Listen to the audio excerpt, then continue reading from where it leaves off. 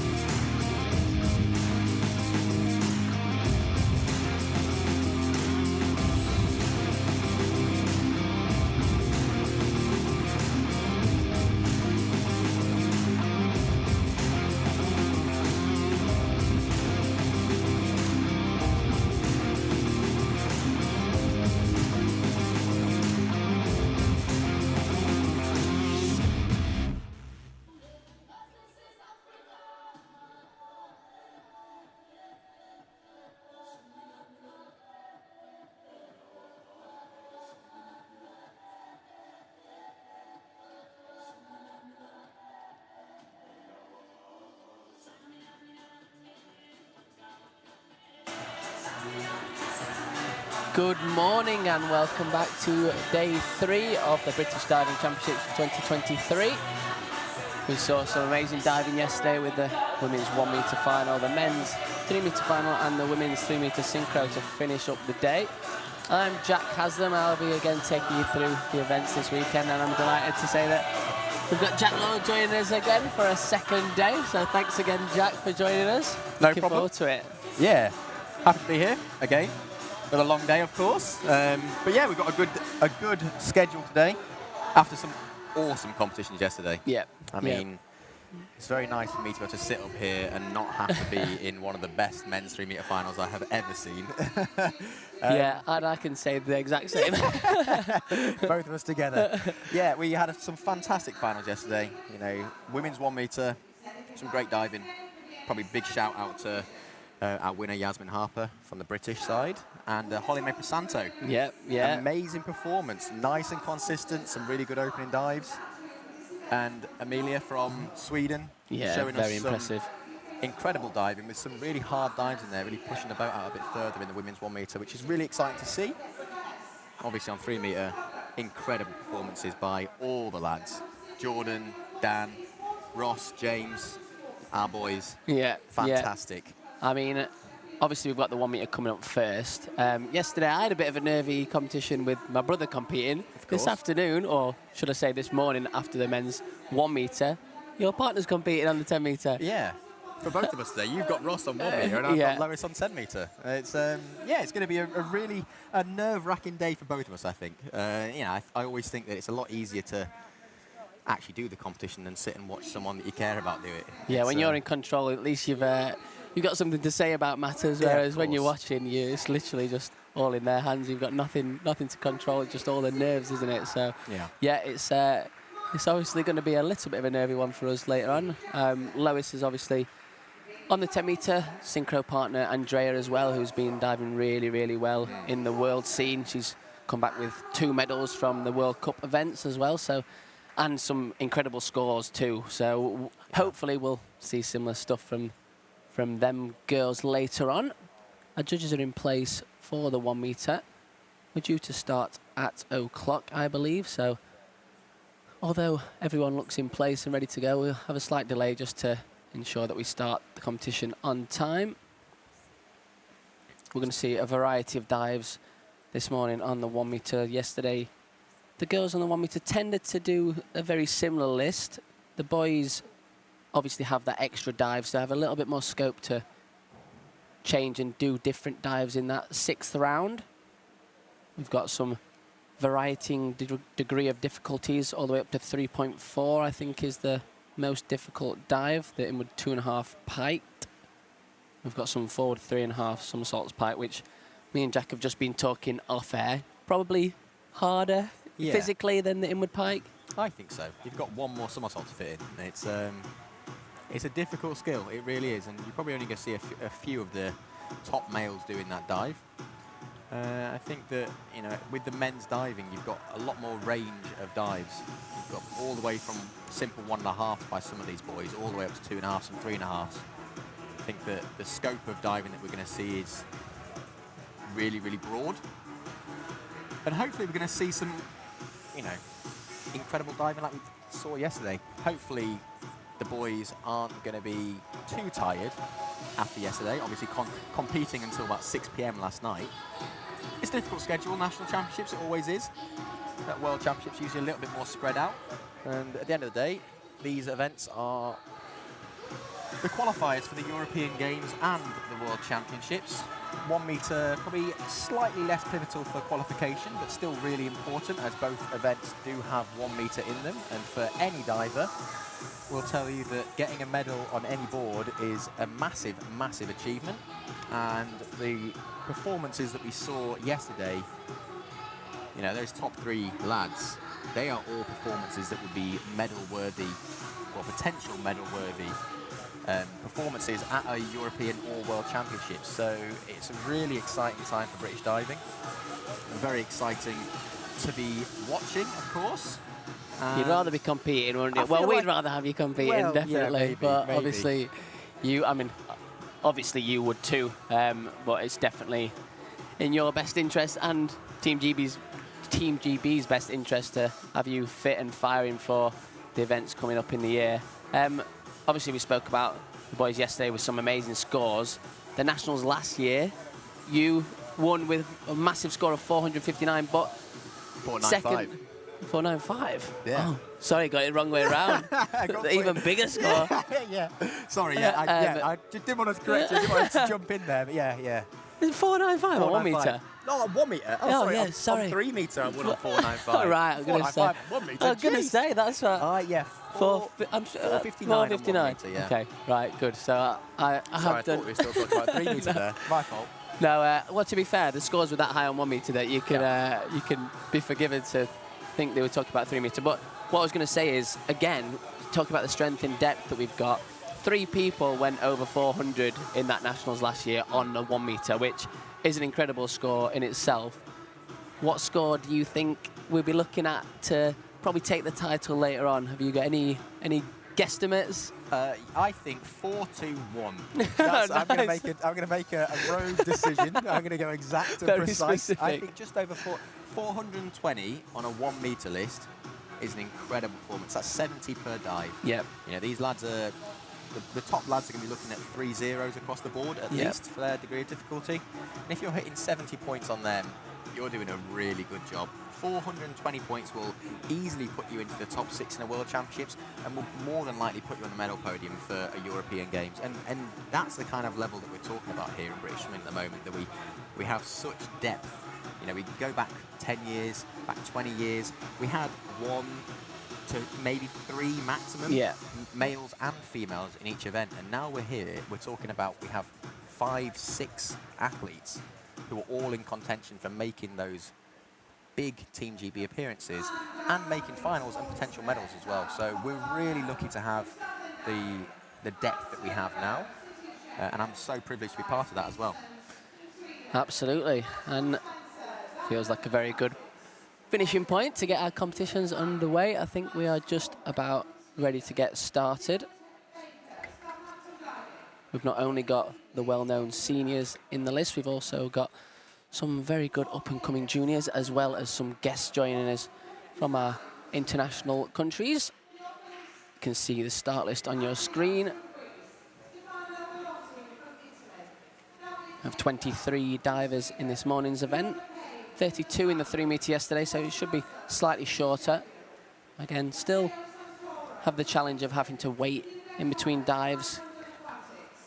You mentioned disengaging in between those dives, just so you can take that focus away. It's very difficult to focus for an hour and a half, 2 hours plus.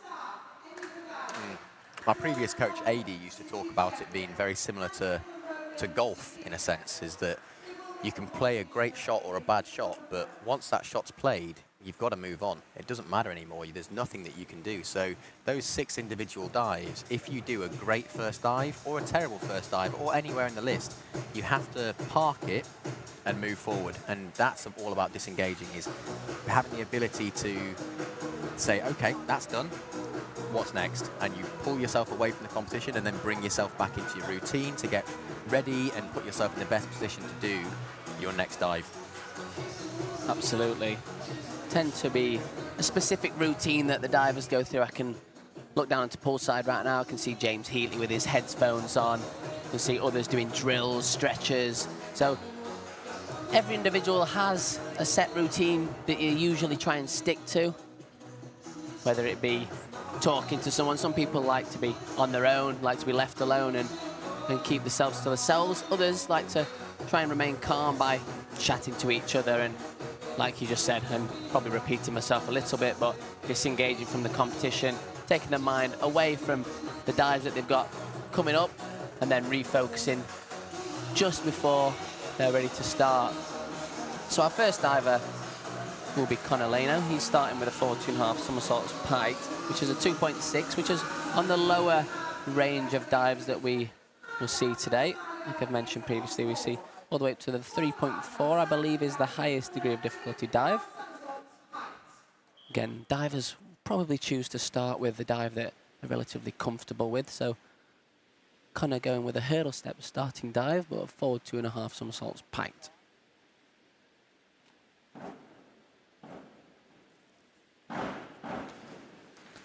Cruised round. Cruised it, yeah. I really like the hurdle step as well. We spoke yesterday about stepping down into a perfect straight line and giving yourself every opportunity to take yourself miles up into the air, which Conor did, almost too high. Yeah. He's over-rotated there. Too many beans, unfortunately. He just pumped that a bit too much. Maybe that weight before the competition wasn't ideal, but a good start, a strong start, I'd say, and not something he should be sad about necessarily. Too strong for his own good. Arthur's doing the same dive, much more controlled on the entry there. Great rip entry through the water. So a little bit of a mixed bag from him on 3 meter yesterday. Some really, really good stuff in there. A couple of drops meant that didn't get himself through to the final, unfortunately for him, but some really good stuff to take away from it. Now Elias, he's choosing to start with a standing dive. Get the nerves out of the way without having to attack those hurdle steps. Back 1.5 somersaults pike. This one's 2.3 degree of difficulty. Really good.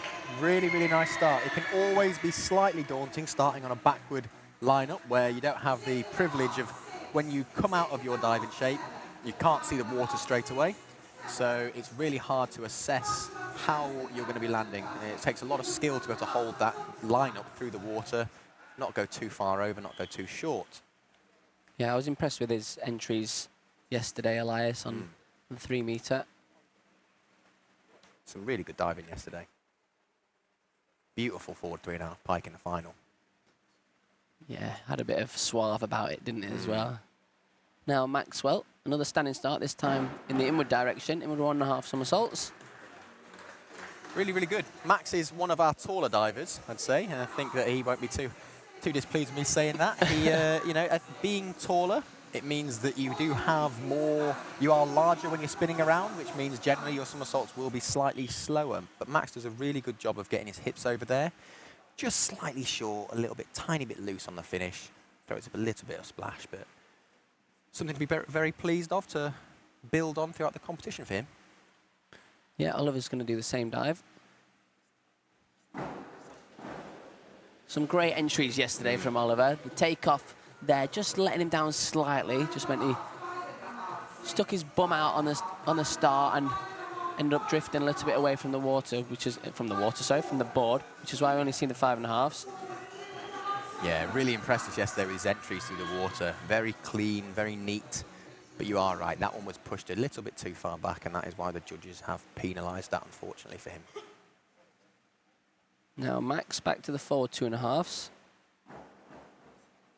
I like his hurdle step. It seems like it has good rhythm. I didn't see him do too many that looked like he was going to struggle to make his dive yesterday on the 3 meter, and similar for him starting this morning on the forward 2.5. Very nice, calm, relaxed first dive. Leon Baker. Interesting starting dive. Quite a difficult one physically. Back 2.5 somersaults tuck. It's the same one that I start on. Is it? It is, yeah. Yeah, standing dive, sorry, to start. Yeah, exactly. Get the nerves. You know, when you're standing there, a little bit nervous for the hurdle step, but a good option for Leon, I'd say. Unbiased opinion. Yeah, well, he makes it pretty well. This was always one that I found the hardest to physically make. It was, obviously, you don't have the hurdle step to give you that extra height. It's all using that leg power to get the height out of the board, and then you've got to spin well in the tuck shape, as Leon does. James chooses to do the same starting dive. Not so interesting now. Yeah. It's a good starting dive, especially if you're not competing a 203B. You saw Elias use a 203B for 2.3 degree of difficulty. These boys are doing a 205C, 3.0. Gives a lot more scope for higher scores. Good accurate dive again from James. Very similar to what we saw from him yesterday on the 3 meter. His awareness is just so good. He always knows where he is spatially. And I think James will feel that was a little bit morning-y, let's say. A little bit, just looks a little bit slightly slow. Probably going to be a little bit leggy after other competitions yesterday. It was a really, really big schedule yesterday. Yeah, I spoke to Jordan and Ross previously this morning. Said, how are you feeling? Both looked at me with a little bit of a, yeah, you know how I'm feeling. For a lot of these boys, they'll be prioritising that 3 meter event. And usually the 1 meter is first, which is a little bit of a warm-up event, I'd say, for 3 meter. But unfortunately, this way the schedule is, and the boys got to do 3 meter first. Should be said that Todd there with him with 2.5 somersaults just a little bit far back from the board, didn't quite get his hips over and didn't get that momentum going, so a little bit short. Yeah, highest degree of difficulty dive so far. That was a 3.1 from Todd, so he's kicking off with a harder one in his list. We were impressed with Ollie yesterday, weren't we? Yeah, there's quite a I think we were impressed with quite a We few, were, weren't we? yeah. And again, exactly why. Very precise. I like how he comes out of his pike shape to a nice T, has a look at the water, and then finishes it off very nicely through the entry. Yeah, 1 metre, there's not, you know, you're not going to be, you've not got the drop time that you do on 10 metre or 3 metre, so it's about making yourself look as classy as possible whilst fitting in these multiple somersaults and spinning dives. So all those tiny, fine, minute details coming out of the pike shape with straight arms, showing the judges that you mean business. Now the first of our Greek guests, Theophilos. 4.5 somersaults pike. Similar to Connor we saw in the first diver. Just over-rotates slightly. A lot to like about it as well. Again, very good start. Nice and high up in the air. Just came out of that shape slightly too late for how high and quick he was. Another 205C to start. I really did say a daft thing there, didn't I? No, it's not too daft though. You are right. The 205C I've always thought is a weird one to start on. The backwards-facing dive. I've always felt like it's a tough dive. And I guess my opinion is normally start with a dive that you're quite comfortable with. But obviously, like you said, the standing starts are always nice to start with because the nerves are probably the highest in the first round, I would say. And for some of these boys, if they were to start on their other standing dive, it would be the 405B, which is probably their highest degree of difficulty dive. And sometimes you want to warm the judges up a little bit. You don't want to be doing your hardest dive first, because sometimes the judges can just be a little bit tentative on that first round, a little bit scared to give out the higher marks. So you want to save that for later in the list, to try and get the maximum points possible. You also mentioned yesterday about potentially if you start off with a couple of drop dives, judges may not go with you if you do better dives later on in the competition as well. So that's something else to think about too. David, another back 2.5 somersaults stuck. Very good as well. Very good through the entry. Yeah, I agree. It was definitely the best so far. He got a really nice extension out of the board. A lovely nice tight tuck shape. Combining the words. And a good entry, nice and upright. Could just be a little bit cleaner through the water for those bigger marks, but a really, really nice, solid start. Now Ewan, highest degree of difficulty dive matched that we saw from Todd, in with 2.5 somersaults tuck. Sneaky on the entry there. Yeah, he's kept the water down, which might save him a few marks from the judges, but it wasn't convincing. He moved his hips quite far back and seemed to struggle with the rotation. Didn't quite make it out of the pike shape fully, so he almost kind of rolled through the water. Very clever to keep the splash down. But I think he just needs to try and push his hips over the board a little bit more, be a bit braver. But it is scary. Every part of me wants to say, get away from that thing. So Ross is starting with quite a unique dive. We don't see this one very often. It's a flying inward 1.5 somersaults pike. So if you look at that dive number, the 413, the 1 represents the flying. Flying, missed his hands. He did that in the training as well. Flying meaning that half a somersault is straight before that you actually go into your shape. So a regular 403B is only, I think, 2.4 degree of difficulty. When you do half a somersault straight, as you've seen Ross there, you must get to fully vertical before you do your pike shape. A very unique, very interesting way to try and get more degree of difficulty. Unfortunately, Ross has actually missed his hands on the entry and created a bit of a bomb effect on the water. Not like that, though. Yeah, Matteo's class on his dives are so good. Really good to watch. Yesterday's 3 metre started off really well, just dropped off in the back end of his list. But pretty confident we're going to see some good stuff from him in the future. Really, really classy diver. Very fluid, very natural. Seems to enjoy diving. And his pike shapes are beautiful as well, yeah. Entry through the water. Different countries have different styles of diving. It's to be said that Matteo's is very Italian. Yeah, yeah. And that is a compliment, definitely. Hugo starting with a twisting dive. First one of those we've seen. That's the forward 1.5 somersaults with 2 twists. So it's the same degree of difficulty as the forward 2.5 somersaults pike. You get quite a split from the judges here because although it was a lovely dive, a really, really nice entry through the water, you can see that his toes were a little bit over the end on the hurdle step, which propelled him just that little bit too far forward. He ended up being in the middle of the pool.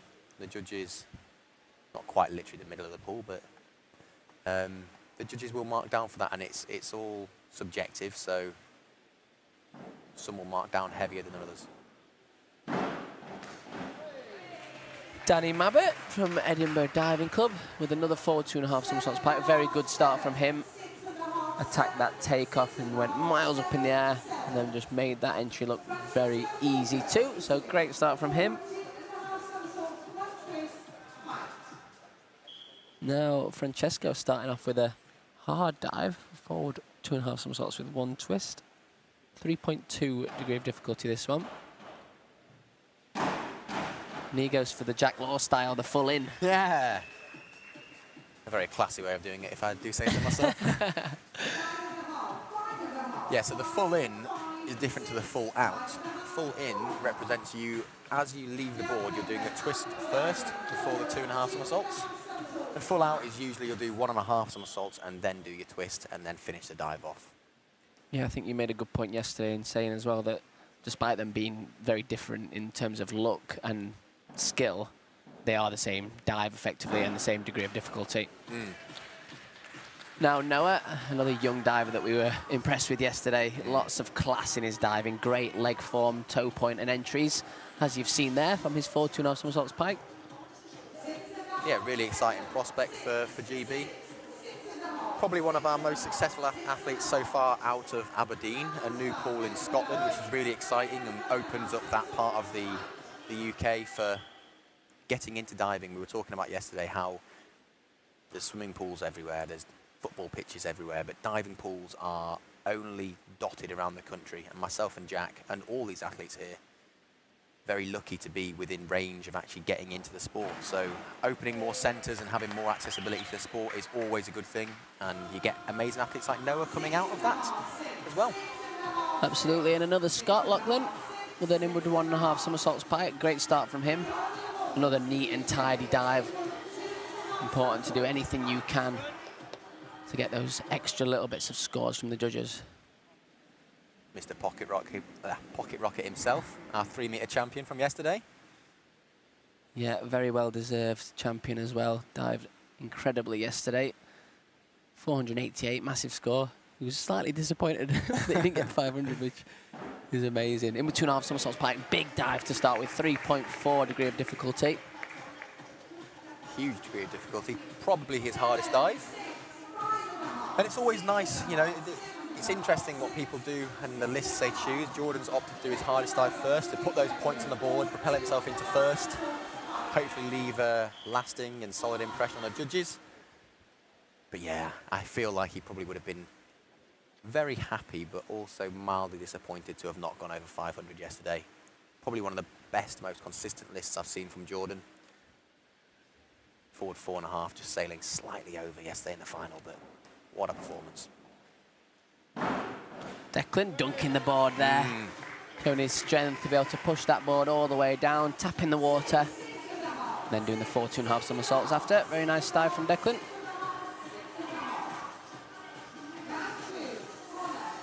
Yeah, Deck, one of our taller divers again. Got to be careful about not coming too close. Those slightly longer legs, always a bit of a risk, I'd say. But he did a really good job there, slightly off the end on his hurdle step. Hasn't seemed settled on his hurdles, as we usually see from Declan, but... Yeah, his board timing is normally one of his greatest strengths in diving as well, so hopefully we'll see that again this morning. That's a much better dive from Connor, slightly over from vertical on his first round dive, but very nicely executed dive there from him. Yeah, really well done for a simple dive, but I think it looked really classy. Very nice. Very slightly short of vertical. But I think a really good recovery from that first round. Yeah, you mentioned earlier about judges maybe not going with you when you've seen a drop. You could potentially say that was the case there from Connor. It was a very Nice dive, just the 6s though from the judges. Arthur adding a somersault to his first round dive. Started off with a 2.5, now he's on the 3.5, this time in the tuck position. Oh. Just slightly early on that come out, really. He actually looks very high, quite comfortable in his touch shape. Yeah, he spins well in that forward spinning action. He's just come out that little bit too early, and on 1 metre there is very little time to make any adjustments. You know, all these divers are making these tiny, minute micro adjustments as they're going through the air. But when you come out a quarter of a rotation early, there is very little that you can do. And that's just caught Arthur out there a little bit. Now, the first of our reverse twisting dives we're going to see. 1.5 somersaults, 2.5 twists. Another 3.0. Big hurdle there from Elias as well on a reverse twisting dive to dunk the board. Really, really nice. His twisting dives yesterday were really good. I think this is the first competition that I've seen Elias diver. Really impressed with what he's been doing so far. A nice, solid second dive to follow up his first one.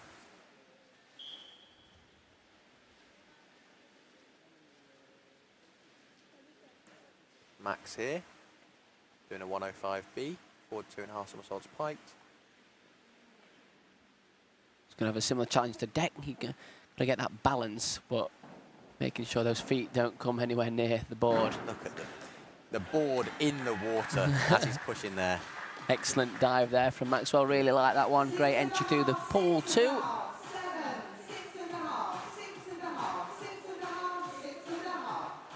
The strength it takes to put one of those boards in the water is actually incredible. Yeah, I remember growing up, literally bouncing on it, trying to get it in the water, and then eventually you do it and you feel a sense of accomplishment. Now Oliver, up in his DD2, 3.1 here.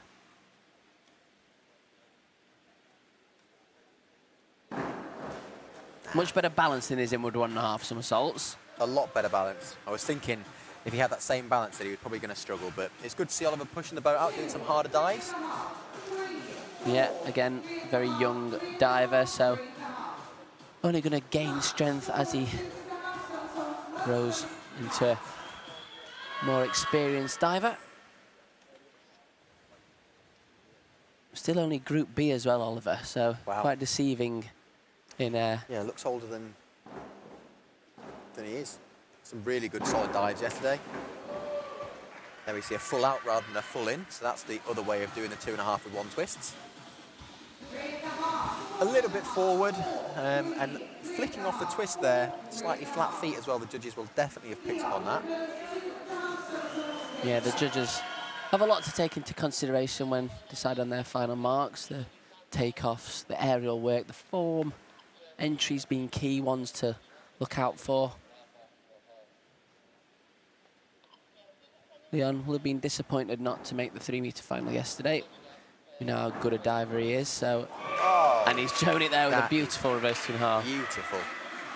Really hope great direction. I think that is interesting marks, I'd say. I think that was really, really nice. I really like the hurdle step.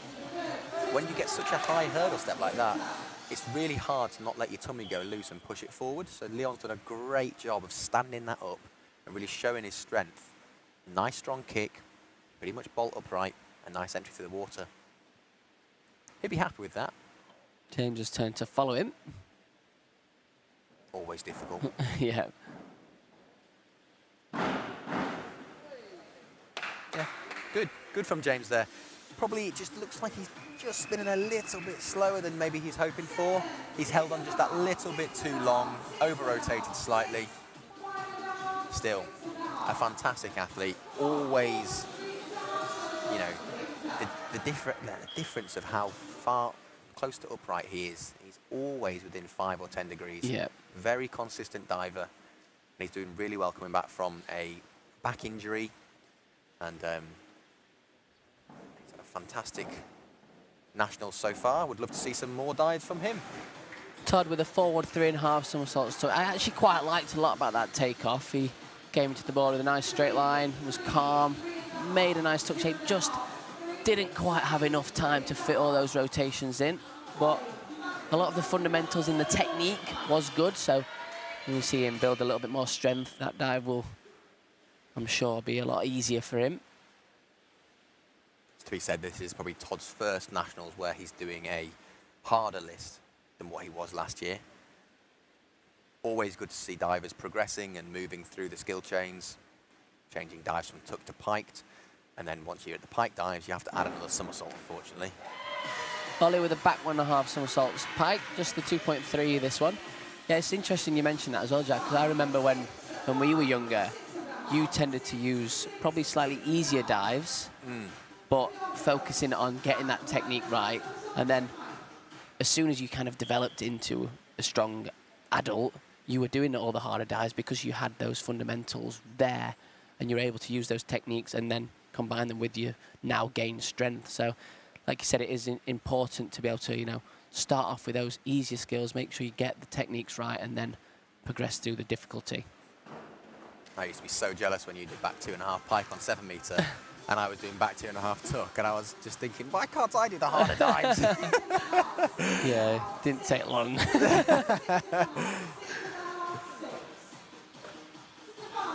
Theophilos with one of the easy dives, back 1.5 somersaults pike. Again, nice execution from him. Slightly over-rotated on his first dive, but much better control on the entry there. Now Stefano, reverse 2.5 somersaults. We've seen this a couple of times. Ooh. Very, very nice on that entry. Toes very slightly over the end of the board, but he's done really well to handle that. He stayed calm, pushed that dive so high in the air, and he's managed to hold the entry down as well when he looked like he was only going to be going over. We talked a lot about the knee save yesterday, holding that water down, tucking those legs in almost to hold the water. And it's very versatile if you're coming in short, if you're coming in over. Mastering that skill is very important in diving. Now David, another reverse 2.5 and another very steady dive. He's maybe done that knee save slightly early, I think. Yeah. Just see the knees crimp slightly above the water, which is probably why the judges have only gone with the 6s.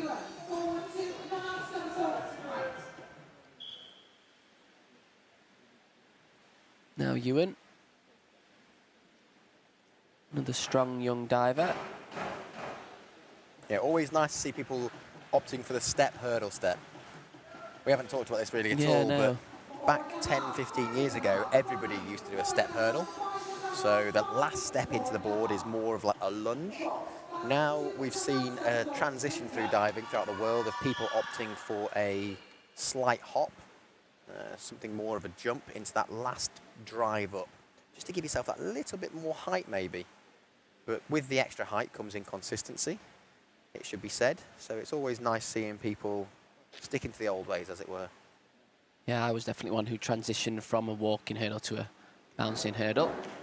Ross with a back 2.5. I think that's the best back 2.5 we've seen so far this morning. By far. A great recovery after that first dive by Ross. Unfortunately missed his hands on the entry, so crucified himself a little bit. But he's done a really good job at not letting that affect him and coming back to put in a massive second dive. Should boost him straight up the rankings. Yeah, Matteo opts with the hop hurdle, as you mentioned. Gives him that extra bit of height and wow, cruises maybe round. didn't need it. Yeah, yeah, should have done a walking one. No, he's just there. Matteo slightly off the end. He's pushed himself forward, and I think his head may be slightly down in the rotations. When you're seeing those spots as you're going round, if your head position is slightly down, you're going to be coming out late.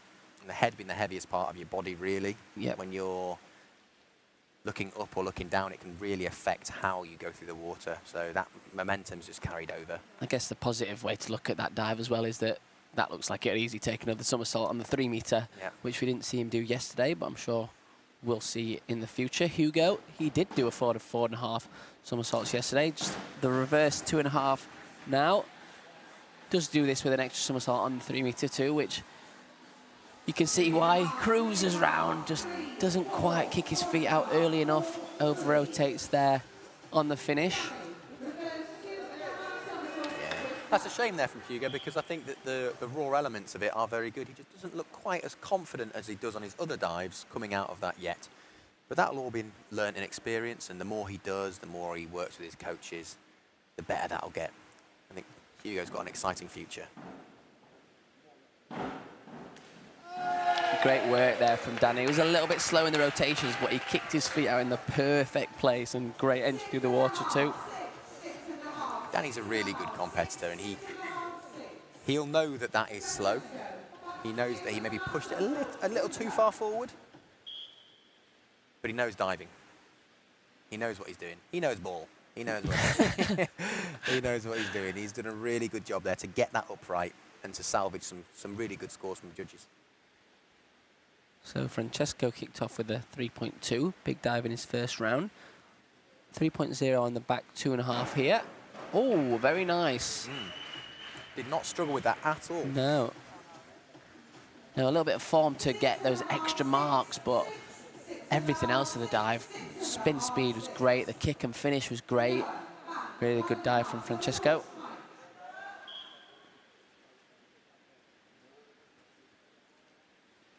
Someone who Francesco can look for a bit of form advice is definitely Noah.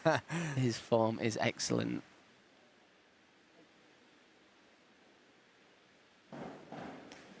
Oh, really beautiful classy. dive. Very, very nice. Again, a simpler dive, just 1.5 somersaults with piked, but he makes it look very, very easy. Very accurate lines is coming out. There's no extra arching or adjusting. Everything looks like it's done with intent and purpose, and a very nice, beautifully demonstrated back 1.5 pike. Yeah, I think in a junior field as well, we'd probably see higher scores. Obviously, you've got to compare to the rest of the field here. So Noah's doesn't go as high as other divers just yet. That's probably why we're only seeing the 7s, but I can't really take anything away from that dive. It was not much to critique about it at all. Lachlan with it in with 2.5 somersaults tuck. Big one in his list, 3.1. Yeah, this will be the hardest dive that he does. And it just looked like he second-guessed himself on that come out. He started coming out of the tuck shape and kind of stayed in just a little too long, over-rotated, and ended up coursing over.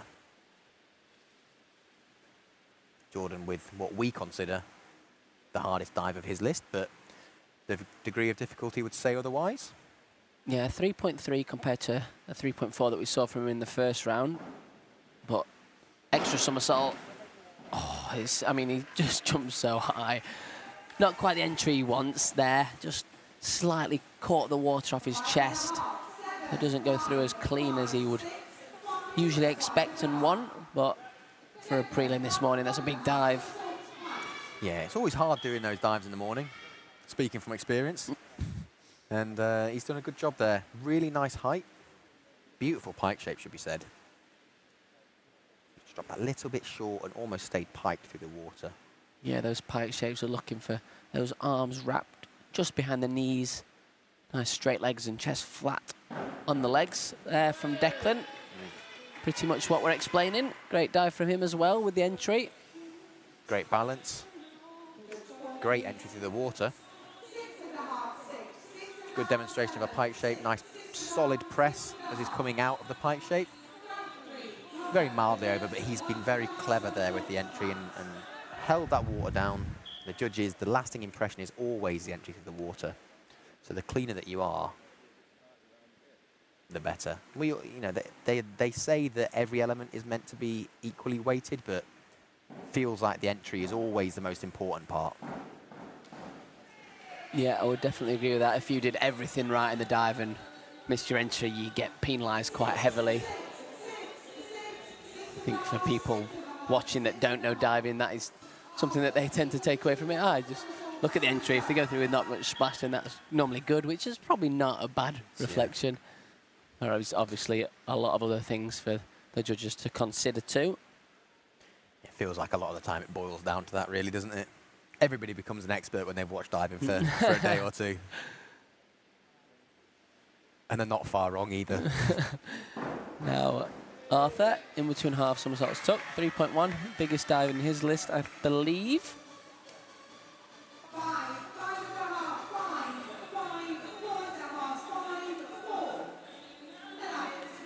that's where the real expertise come in, because Arthur's entry to the water looks fairly clean. You've got the, what we're looking for is 3-bubble rip, we call it, where you part the water, your main part of your body brings 1 bubble, and the parting of the hands brings 2 bubbles to make 3. He was slightly piked as he went through. Stand corrected as well, he does do the full out as his last dive as well, so another 3.2 there. Elias with another very steady dive from him. Putting the points on the board, which is what divers this morning will need to do. We mentioned yesterday, if you didn't follow us, it's top 12 that go through to the final with a maximum of 6 guests. Apparently, to answer the question I asked yesterday, it is a maximum of 2 guests per country. So up to 6 guests with a maximum of 2 per country, apparently. That sounds like a good plan. I think that's what happens usually if we go to international events too, so very fair there. Maxwell with the reverse 2.5 somersaults tuck. Yeah, Max just in 13th place on the second round. Hopefully going to be looking for those final places. A good 3rd dive. Probably a newer one in his list, I'd say, after watching Max's diving for a couple of years. Doesn't make it look too challenging at all, but a few more years on that and he'll be a lot more confident as he leaves the board, and hopefully will find the dive slightly easier to be able to get that better entry through the water. Now Oliver for 2.5 somersaults pike. Mentioned in the last round that he is only Group B. He has represented Team GB at the Dresden Youth International recently. Came 4th in this event, so just missed out on a medal.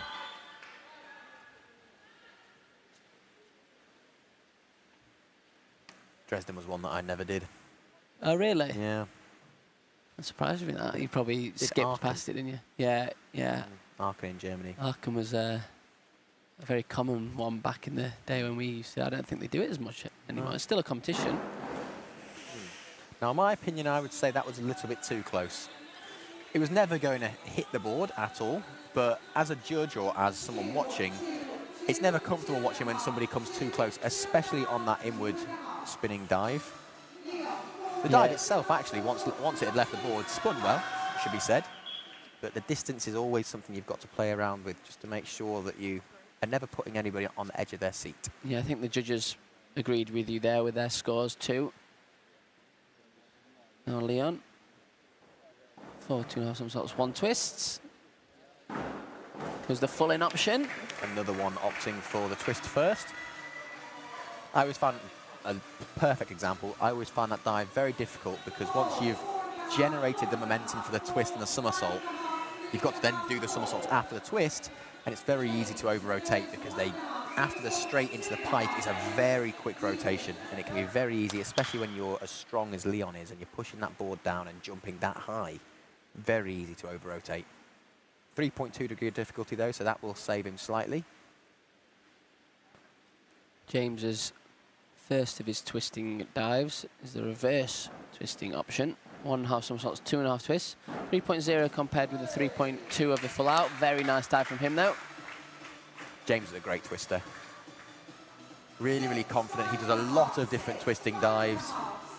He does 2.5 with 1 twist, 2 twists and 3 twists on 3 meter. Very versatile diver. Yeah, as well as doing full out, double out and triple out as well across the 2 boards. So the twisting dives twists happen so fast, so it is very easily, I don't know what the word is, just to get a little bit confused sometimes on the spatial awareness when you're spinning around. I had a couple of problems at one point doing full out on 1 meter. I'd done so many double outs that I started almost doing double out on 1 meter by accident. Yeah, it's always strange. It feels so much easier to lose your spatial awareness when you are twisting around rather than when you're spinning forwards or backwards. Yeah, like I said, they just happen so fast. Now, Ollie. When you are twisting, you're also somersaulting at the same time. So you're completely thrown out very easily. Oh. The first restart. We saw a couple of restarts yesterday, unfortunately. Unfortunately for Ollie there, his feet were just too far over the end of the board. So if he'd have tried to do the dive there, he had the risk of slipping firstly, and also would have pushed him way out into the pool. So he's going to opt for a restart and go again. And probably a good decision. Yeah, it's going to take a 2-point deduction from each judge from their raw scores. But sometimes, you know, if he were to have taken off from that dive, there's no guarantee that he'd even be able to complete it. So in the preliminaries, putting points on the board is the most important thing. Definitely a good decision from Ollie there, but unfortunate. You can train for years and years, but mastering the hurdle step is the final thing you'll ever do, if ever. I remember Jonas saying a while ago, it's probably one of the first things you learn, and definitely one of the last things you will master. Yeah. Wise words from a wise man. That's why they call him wisdom. Like it. Theophilos, reverse 1.5 somersaults with 1.5 twists this time. So we saw James do this dive previously, 3.0. Taking the twist off means you lose 0.4 in the degree of difficulty, but very nicely executed there from him.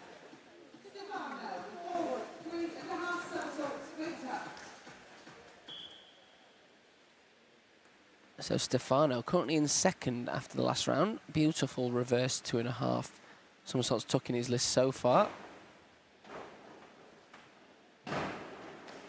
Oh, again, a lot to like about that. Direction, spin speed was brilliant. Just came out of that pike, the tuck shape into a pike shape a little bit too early. It just lands a bit short of vertical, but again, putting the points on the board. Was second after the last round, so he looks like he's in a great position to hopefully get himself through to the final, although there is still a lot of diving to come. David, another one of our guests, currently in the top 12. Very early on that pike out there. I love that. I always like seeing that. The 2.5 pike is only 2.5 somersaults. He's definitely capable of doing 3.5.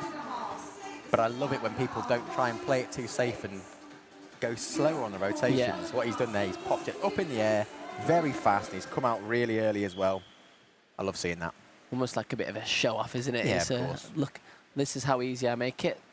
So unfortunately, Give me he's some more. over-rotated. Give me some more marks, judges. That's a nicer dive there from Ewan. Great entry through the water. Much better execution marks for him on that one.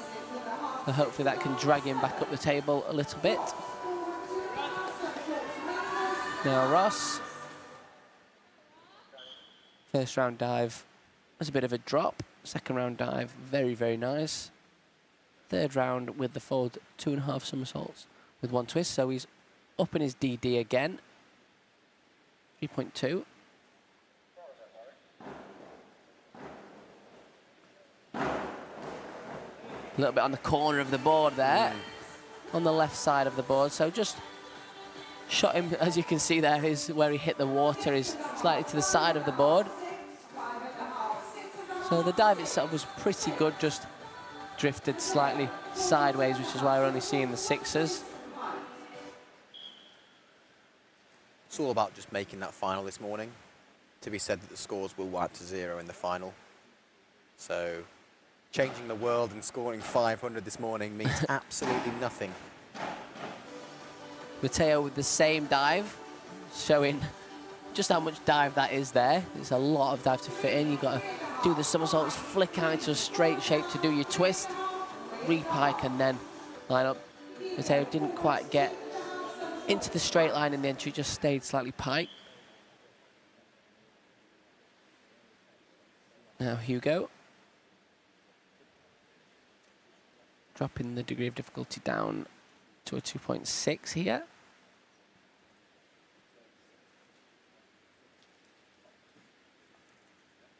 Similar to the 3 meter, I think he does the 2.5 followed by the 3.5 in the next round, so almost like a lead-up round for him here for his next dive.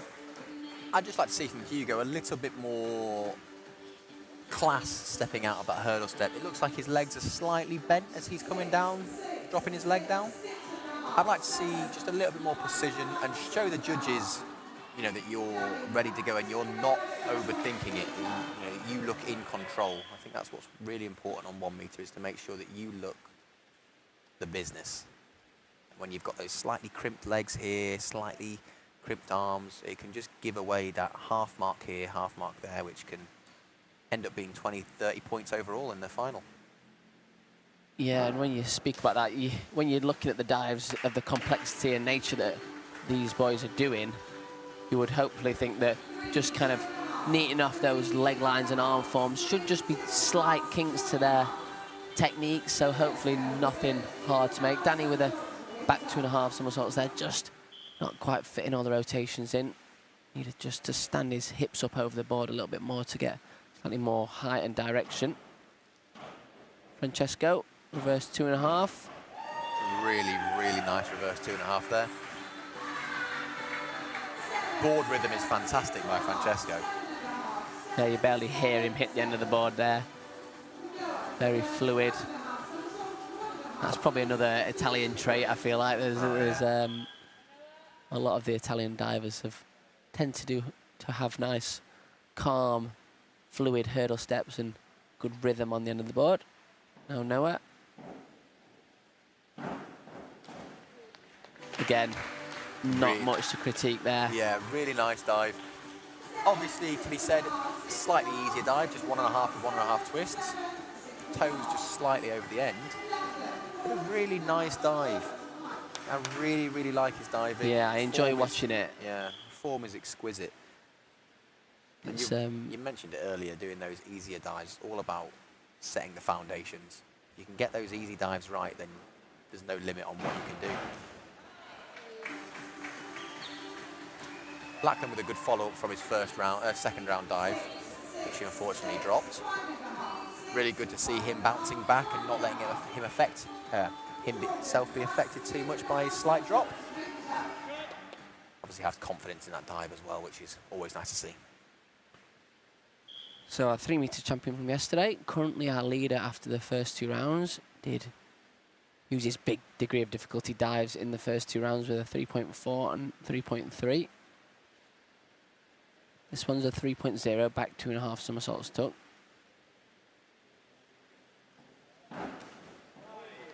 Very, very nice again from Jordan. We saw him do this yesterday with an extra somersault on the 3-meter and absolutely nail it in the prelim, and then again in the final.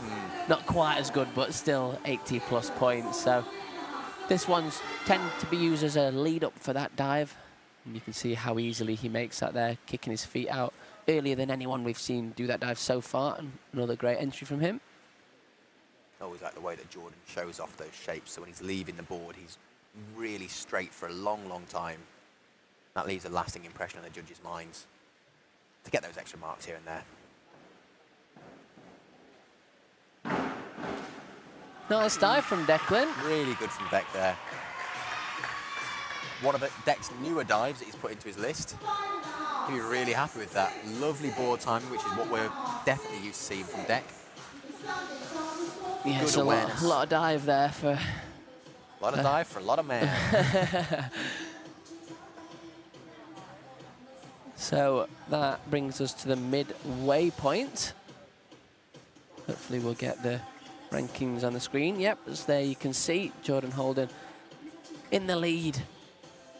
9 points in front of Francesco Porca from Italy. Ross not far behind, and Stefano very closely behind him. Then James Heatley, who will go down to 12th place. So currently Ewan will be our last finalist. Danny hot on his heels, as are quite a few others too, such as Theophilos, Hugo and Arthur.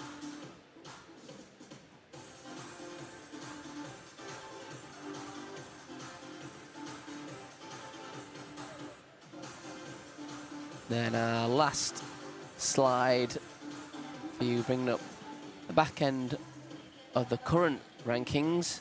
Of course, we're only at the midway point, so plenty of movement to happen yet. Dives to go right or wrong. That's the nature of diving. You can do 5 amazing dives and 1 not so good dive, and it can make all the difference. Similarly, 1 amazing dive can pull you right back up the rankings too, so plenty to play for to get into this afternoon's final for the boys. Kind of looks like he's ready on the board. Don't think we're going to have the little break that we had yesterday in the 3 metre for the judges. It was a long prelim yesterday, wasn't it? 32 divers, 6 dives. Sometimes you need those judges to stretch their legs and refresh themselves so they can be on best top form.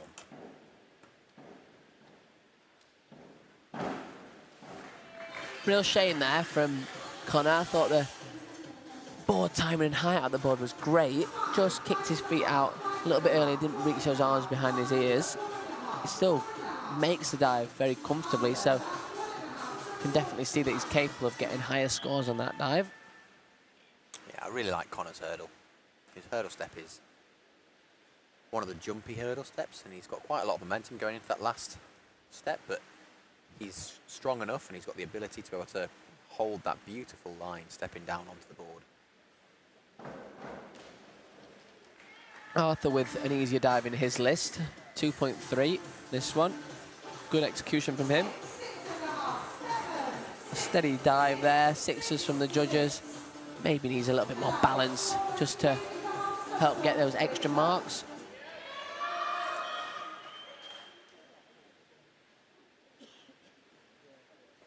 Now Elias, one of the guests that is currently in the top 12.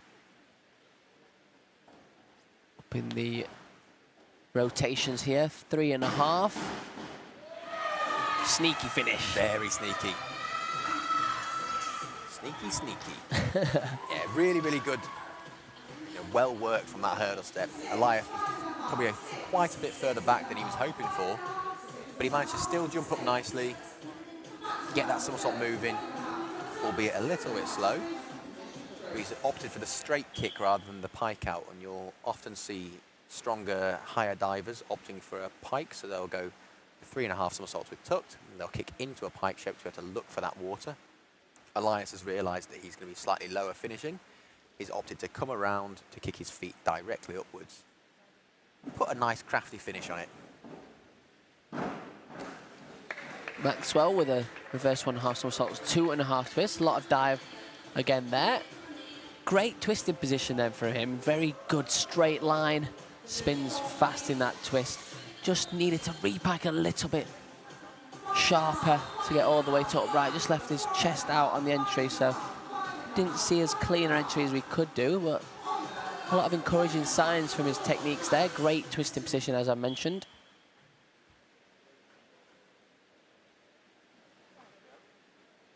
Now Oliver, back 1.5 somersaults piked. Second at the junior elites earlier on in the year. Of course, we have the Junior European Championships coming up later on in the year too, so I'm sure that'll be something that Oliver is hoping to and aiming for. Just doesn't look like he's found his rhythm this morning, quite like he did on 3 metre yesterday. We're so impressed with Oliver and his diving this weekend. Yeah, his body lines and rip entries are something that's great to watch. His 2.5s on 3 metre yesterday were a joy in the morning, so. Max with a forward 3.5. Again, really good board timing, great attack on that hurdle step. You can quite clearly see how strong Max is, able to push himself, push that board into the water, which can be detrimental depending on how far it goes in. You obviously want to push the board further down so you can jump higher. But at a point, if that board starts slapping the water too hard, it can almost kill your momentum in a way. Yona, being one of those people, has had to tighten the board up to make sure the board doesn't quite flex as much, because he's so strong and powerful that it actually started affecting him negatively. Yeah, Leon, another strong pocket rocket, as you've coined the phrase. Very powerful. Springs up in the air, great spin speed as well from him. Just left it slightly short of vertical, which is, again, why we don't see the higher marks. Yeah, he's a strong lad, Leon. Had some really good dives so far, just needs a little bit more work. I believe his first year out of juniors. having that transition over into the senior circuit. Be interesting to see his future. Oh, nice dive, James. I love that hurdle step there. James has always been good at full out on 1 metre. I'd say it's one of my favourite dives that I watch him do. He's got a great pike action. James Heatley always seems to be able to spin better in a pike shape than a tuck shape, which is odd because the legs are straight and you naturally would spin slower, but he's got such good action to generate that somersault and movement. Yeah, he's one of the few divers that has completed an inward 3.5 somersaults piked on the 3 metre as well. He's not yet competed it, but no, it was one of the dives that he was looking to add into his list before he had his injury. Todd with a reverse 2.5 somersaults tuck, another great takeoff. Challenge is when you are that high up in the air, you've got to have the awareness of knowing where to kick your feet and control the entry. Just slight over rotation there from him.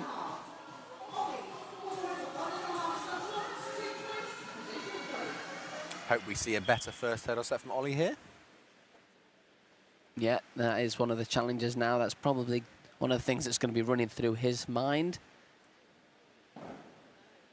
When you do the jump hurdle like Ollie does, you've got to have strength everywhere, and you're obviously landing on one leg from a height.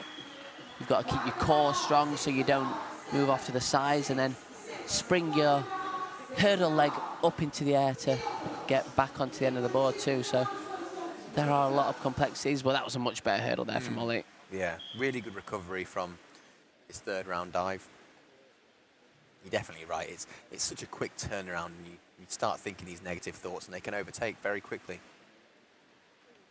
There's no doubt that he would have been thinking about that, but he's done really well to handle himself. Theophilos with an inward 2.5 somersaults tuck. I really like that. He has pushed it slightly back into the pool. Yeah, his rotation action is throw into his shape. But very good though. Looks like if he did that with an extra somersault on the 3 metre, for example, the rotations would carry on speeding up. Like you said, there's definitely stuff left in the balance and direction, but a lot to be liked about that one. Stefano, only in 4th. Some excellent dives so far. Oh, great steep takeoff. very nice, yeah, really, really steep. But yeah, that's the risk with the forward 2.5 one twist when you do the twist first. If you don't set that somersault speed up enough, the rotation just starts dying on you. And unfortunately, he's left that a little bit short.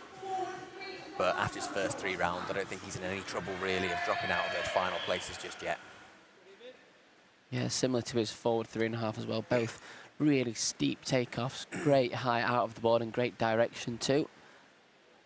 David with forward 3.5 in the pike position. We did say that his 2.5 pike looked like he should add another somersault, and he has done. Yeah, he's used it as a lead up for this round. A lot of dive there. Manages to get it nice and upright, just maybe doesn't have quite the hand grab to get all the water down with him.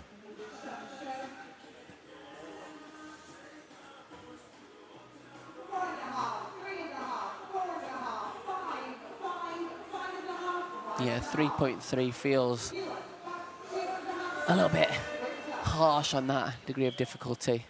It's a lot of dive to fit in with just the 1 metre springboard. Now Ewan, back 2.5 somersaults tuck. Obviously become accustomed to seeing him specialise on the 10 metre, but he's on the springboard this weekend. Back 2.5, very nice finish again. Spins so fast.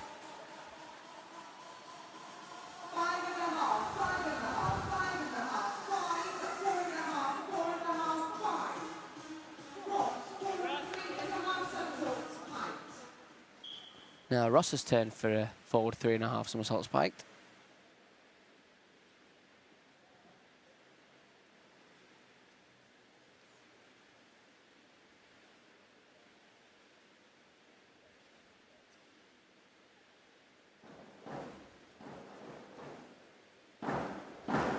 Oh, yeah. Wow. That's nice. That is lovely. He should be really, really happy with that. Again, Ross not quite finding the end of the board on his hurdle step, but Didn't let it phase him. Popped that up in the air, and what an entry through the water. Yep. To be able to do that off a hurdle step like that as well is again, testament to the work that Ross has been doing. Didn't have the strength to necessarily do that maybe up to even a year ago. Now, no such problems. Mateo, again, showing us some class there with reverse 2.5. Very steep on the direction. I was going to say, do you think too close, or do you think... On the borderline, I'd say. I wouldn't want it any closer. Yeah. I don't think the judges have deemed it to be too close there with the scores. I'd say that's one of those, if you come out with a long arm entry, then you are running the risk at getting a little hand clip on the board. Yeah, I wouldn't want to see it any closer.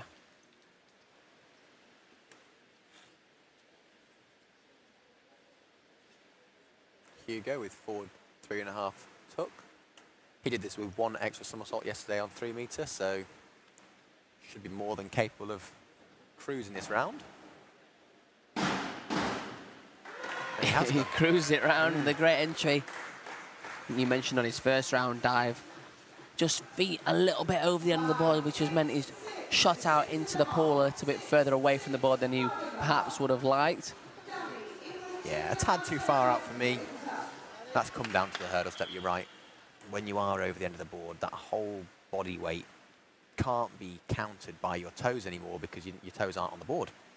So your body weight transitions that a bit too far forward. Yeah, excellent recovery and adaptation in his dive to still get that entry in. Danny with an inward 2.5 somersaults tuck. Another sneaky one for him. Very sneaky. Very clever diver he is. And he's playing around the finals area. He's 13th from last round. That won't do him any harm at all. Yeah, I think that's going to keep him probably in and around. It's not a drop to drop him down the rankings, but not a huge score to try and pull him back up either. So, going to leave him scrapping for the last 2 rounds. Currently up in 9th with 5 divers left to go.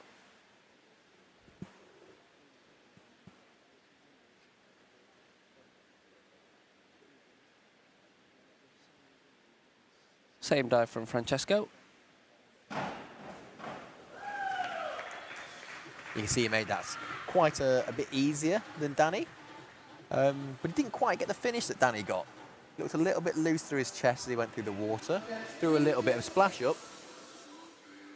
Yeah, interesting to see how the judges will go with that. You mentioned how important the entries are, the judges' scores.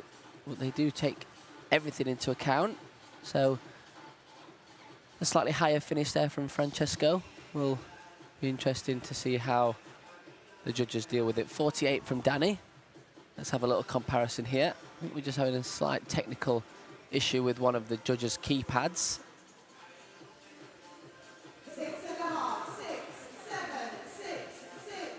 So 48 from Danny, 58 there from Francesco. So that just does show that despite the entry perhaps not being quite as clean, the takeoff and the aerial work has been rewarded from the judges. Noah now has had a slightly easier list in his first 3 rounds, but this time 3.1 for him. Again, keeping the class exactly the same as the first 3 rounds. Yeah, we saw all pike dives from Noah yesterday on 3 metre. We saw no, what I'd call complex dives or senior dives. So I was really interested to see how this 405C would turn over. To see about, you know, potential for an inward 3.5 on 3 metre maybe. He has not struggled with that at all. I really thought that maybe he was sticking to the easier dives for a reason. I think 1 or 2 years' time we're going to be seeing Noah turning those 307Cs, 407Cs on 3 metre potentially. Yeah, I think he's definitely an exciting one for the future. Lachlan back 1.5 somersaults piked. Very clean entry again. We mentioned that knee save. His feet looked like they were drifting slightly over from vertical, but he's just managed to pull those knees in, save that entry and keep the water down. So good work there from Lachlan. Now Jordan, another 3.2. This time it's a very different dive. We've not seen this one yet so far this morning. Reverse 2.5 somersaults piked.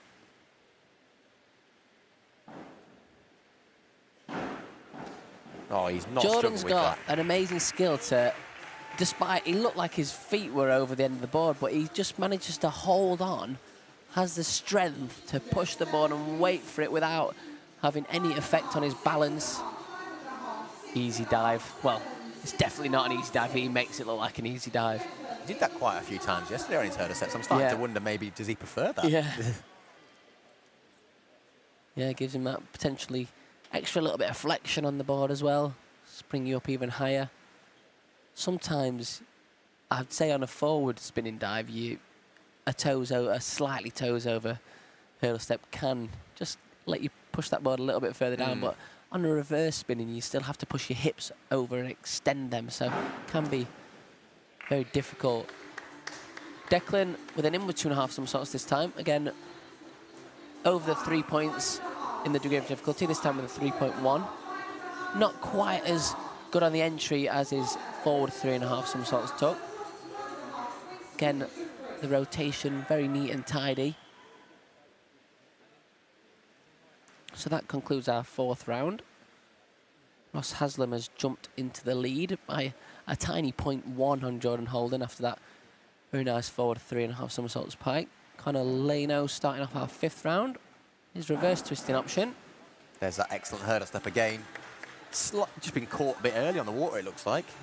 Maybe Yeah, he thought the water was coming a bit later, and chest opens up and he's dropped short.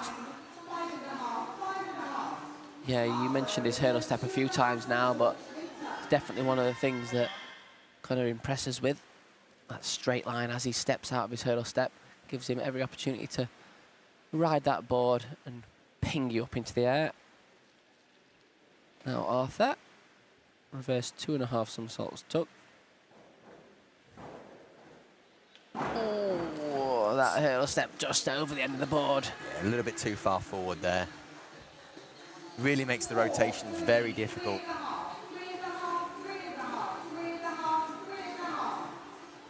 Yeah, when you're taking off the board, the ideal position is to have your hips just extended over your toes.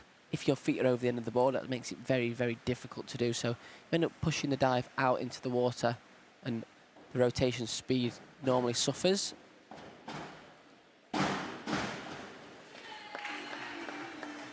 Elias with a forward 2.5 somersaults, 1 twist. Not necessarily a drop by any means, but I'm sure that that would like a little sharpen up for the final later on. Yeah. He's a very competent twister, very aware of where he is spatially. Just didn't quite get that clean entry that he's looking for through the water. Yeah, he was in 5th after the last round, so currently well in the positions to get through to the final. I don't think that will have necessarily done him any harm. Not going to be massive scores, just slightly low finishing.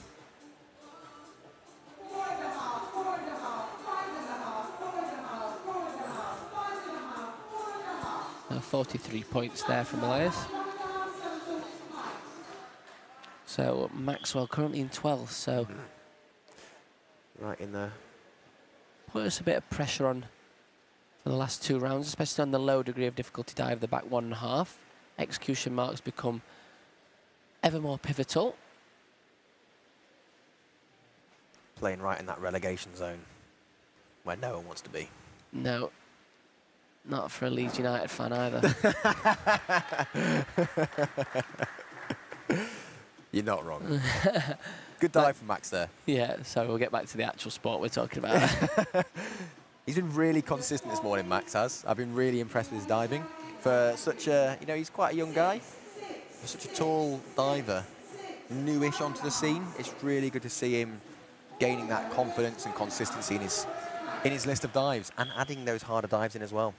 He's not just sat back and done some easier dives and got through them. He's really pushing himself to the limits of his capabilities. Yeah, so 41 points there for him. Going to rely on others there to see if he can stay in that 12th position. That's a bit more like it from Oliver. That's more like what we saw yesterday from him. Great entry through the water. Could just do with a little bit more toe point on that reverse 1.5 pike there. You saw in the pike shape, no replay obviously for the prelims, but in the pike shape, a little bit open, I'd say. Could do with a bit more closed legs to chest and a bit more toe point as well. But a tidy dive, yeah, and more like what we're seeing from Oliver yesterday. Now Max got a lot of work to do in these last 2 rounds if he is to make it through to the final. Back 2.5 somersaults took this time. Yes, a lot of dive. It is a lot of dive. It's very important that these divers get the height, but also have enough speed in their rotations to be able to fit this dive in. Maxwell there just showing not quite enough of that, so you can just see he hits his shoulders a little bit on the water. I've definitely done that 100 times. The old shoulder dropper. Yeah, it's a tough dive. Nothing more depressing than doing a backward entry and rolling forwards through the water. Oh, Leon, very, very nice in 7th position. That's going to help him get through to the final. There, beautiful dive from him. Yeah, really, really nice. To be a little bit critical, I'd like to see on that tuck to pike that Leon does. He's got that massive, massive height, so he's coming out into a pike shape. I'd just like to see that a little sharper. Slightly bent legs. Yeah, I think that's one thing that Leon, he's got all the strength and the rip and everything to be a great diver. Just the little tiny things, the form to get those extra marks, especially internationally where you get probably slightly more heavily critiqued than the junior events that he's been used to.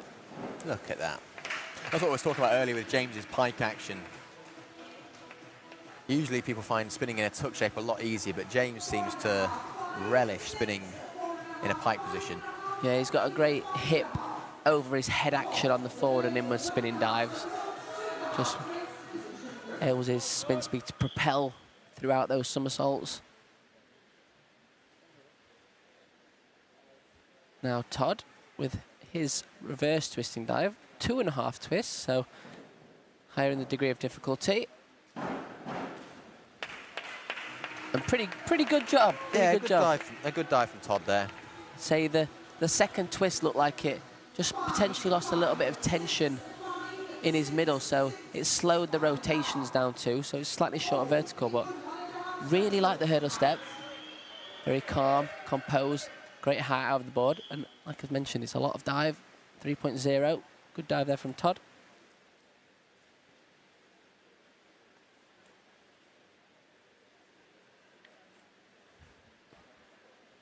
Ollie in 17th place currently, so he's got 2 rounds to scrape up to those top 12 places. Inward 1.5 somersaults pike, just 2.4 this one, but very nice execution from him. Yeah, really, really nicely done, very sharp. But you are right, only 2 rounds left, and a 2.4 is not going to propel him as far as maybe a 3.0 or 3.1 would. But a good dive, solid, and sometimes consistency is all you need. People start to do their harder dives towards the back end of their list, and a few drops here or there, and all of a sudden your consistency will pay off. Now Theophilos in 11th. Interesting there, he has a little bounce on the board before he takes a step back. A couple of divers across the world do that, not many though. People do it because they want to have the feel of the diving board again. It's obviously been 10, 15 minutes before the last time they've been on a diving board. And for them, you know, it's part of their routine. Personally speaking, I think that the judges look at that and see potential lack of confidence. I think standing at the back of the board and being ready to go gives that vibe of, you know, I am very confident in myself and I'm here to do business. But hey, if it works for them, it works for them. What a dive. Oh, very nice from Stefano. We've seen some great stuff from him this morning. Cracking dive. I absolutely love that. His balance on his last 3 dives has been incredible. Yeah, really, really good. The height out of the board is phenomenal. Twist position, beautiful.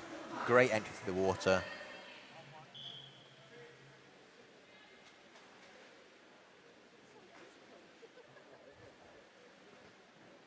Now David, also currently in the top 12 positions. Oh, wow. Synchro. That was beautiful. Been treated to 2 beautiful twisting dives back to back. Judge 3. Have a word with themselves. 5.5 seems very harsh for that. Yeah. What a beautiful entry. Great dive. Twisting position was good. I think to take 4.5 marks off that, it seems a little bit harsh. Now Ewan, he is in 14th, so he's got a bit of work to do. Forward 3.5, so he's got the 3.0 degree of difficulty. It's steady.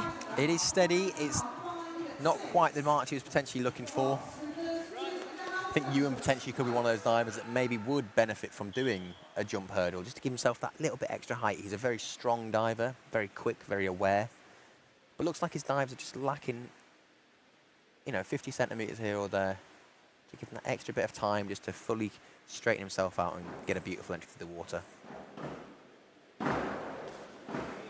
Now Ross was our leader after the last round.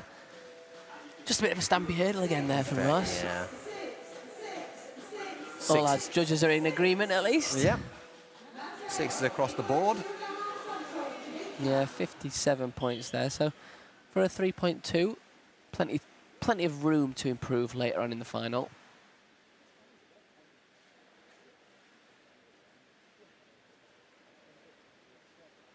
Now Matteo, got a bit of work to do as well.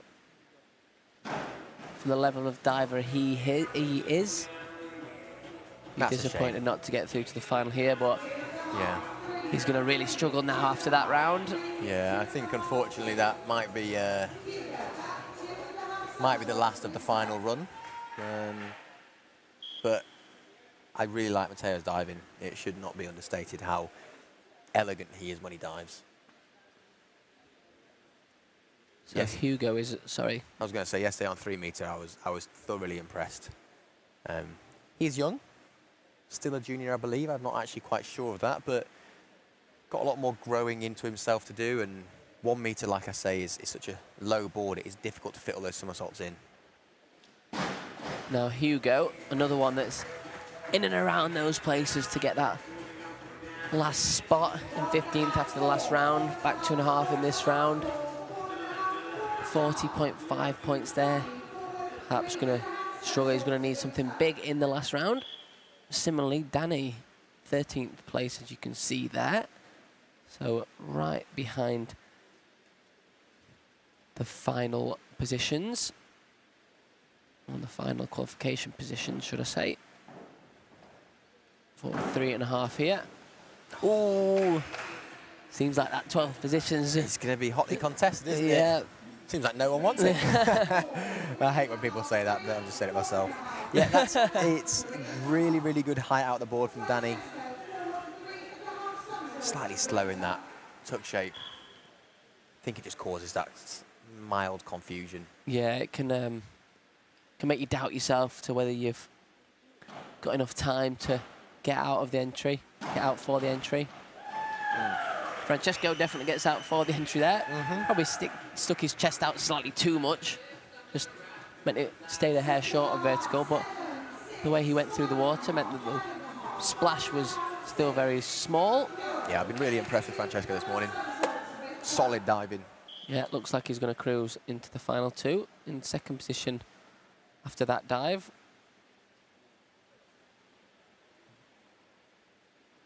Another man that, so far, really does deserve to be in the final. Oh, yeah. I'm very, very impressed with him this weekend. Yeah, he's been absolutely fantastic. He Can't was sing his unlucky not praises to enough. make the final yesterday. Just the lower degree of difficulty, like we mentioned, just meant that the field was, was a hot field yesterday. So I really, looking really like forward his to seeing diving. him. Continue what you're doing, Noah, because it is working. Yep, Lachlan doing the same dive as well. Reverse 2.5. Another good dive as well. Yeah, really good.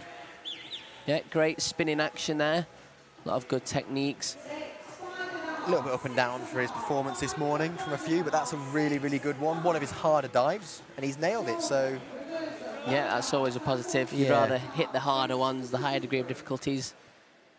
For younger athletes, it's always important to be able to take something home that you can work on what you can improve on, but it's also important to take those positives as well. Jordan was just behind Ross by 0.1 after the last round. That's just going to take him slightly further behind. neither of Ross or Jordan really nailing the dive in that round. But again, they're looking like they're going to be very safely through to this afternoon's final, which is where the important dives come. Declan, another diver that is in 10th place in and around those qualification positions. 3.0 for him, so lots of opportunity to get some high marks. And that's going to do him no harm whatsoever. Yeah, it's a really nice dive from Deck there. I'm sure he'd want a slightly better entry to the water because his entries are fantastic, but he's very neat when he's diving. Yeah, it gives him a 24-point buffer on Ewan, who's in 13th.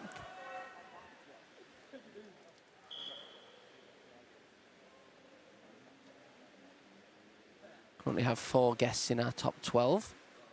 So we'll have 8 British divers through to the final if the rankings were to stay the same. Or is it 5? I'm maybe miscounting again. Connor with an inward 1.5 somersaults pike to finish off his list. Very, very nicely executed. Good, steady finish for him. Yeah, I've been really impressed with some of Connor's elements of his diving today. Really nice lines. Very classy diver. Just could do with a few more harder dives in there, maybe a little bit more precision, but one to look out for the future.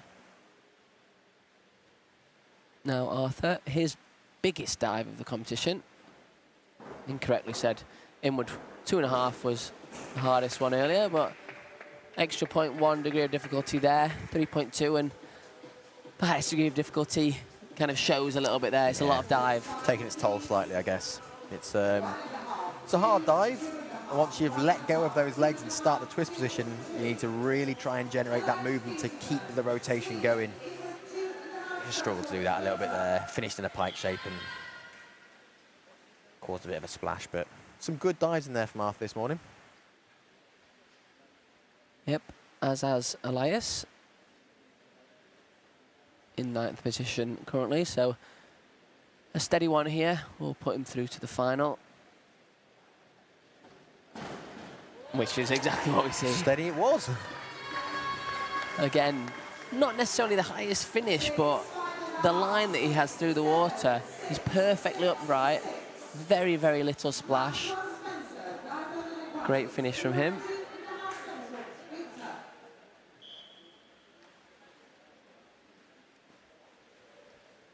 Same dive here from Maxwell. Probably exactly the same comment from me as well. Steady one here.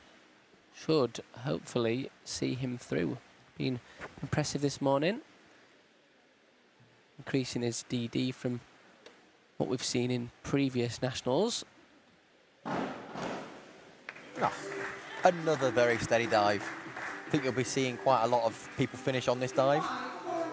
Yeah. High degree of difficulty, standing takeoff for that final dive that you want to be good. Minimise the risk. Yeah, 46.5 points for him there, puts him on 280.8. So that's a score to just keep an eye out.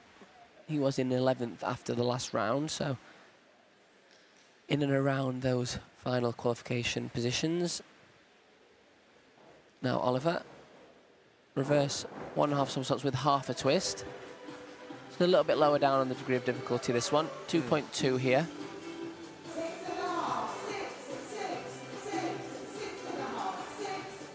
A little bit up and down for Oliver this morning. Yesterday, his entries and body line really impressed us. Obviously mentioned that he's had a great year so far in the junior scene. Only a Group B athlete as well, so very young, great for him to experience competing at this level. And Max's final dive, reverse 2.5 somersaults, took another good hurdle from him. I've liked a lot of the stuff he's done, a lot of his board work. Yeah, nice to finish on a stable one. Could do with just a tiny bit more form and tidying that up a little, but a steady performance. Leon currently in 6th position.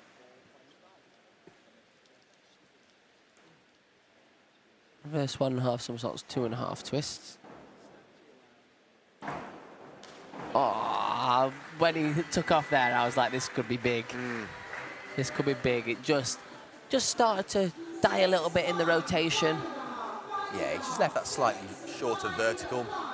Again, no dramas. Just short of 320 points. Yeah, going to see him cruise through to the final still, I believe. Will definitely be enough. But lots of tiny little improvements there from Leon will make a massive list for later. Now, James, his big one, 3.4 in with 2.5 somersaults piked.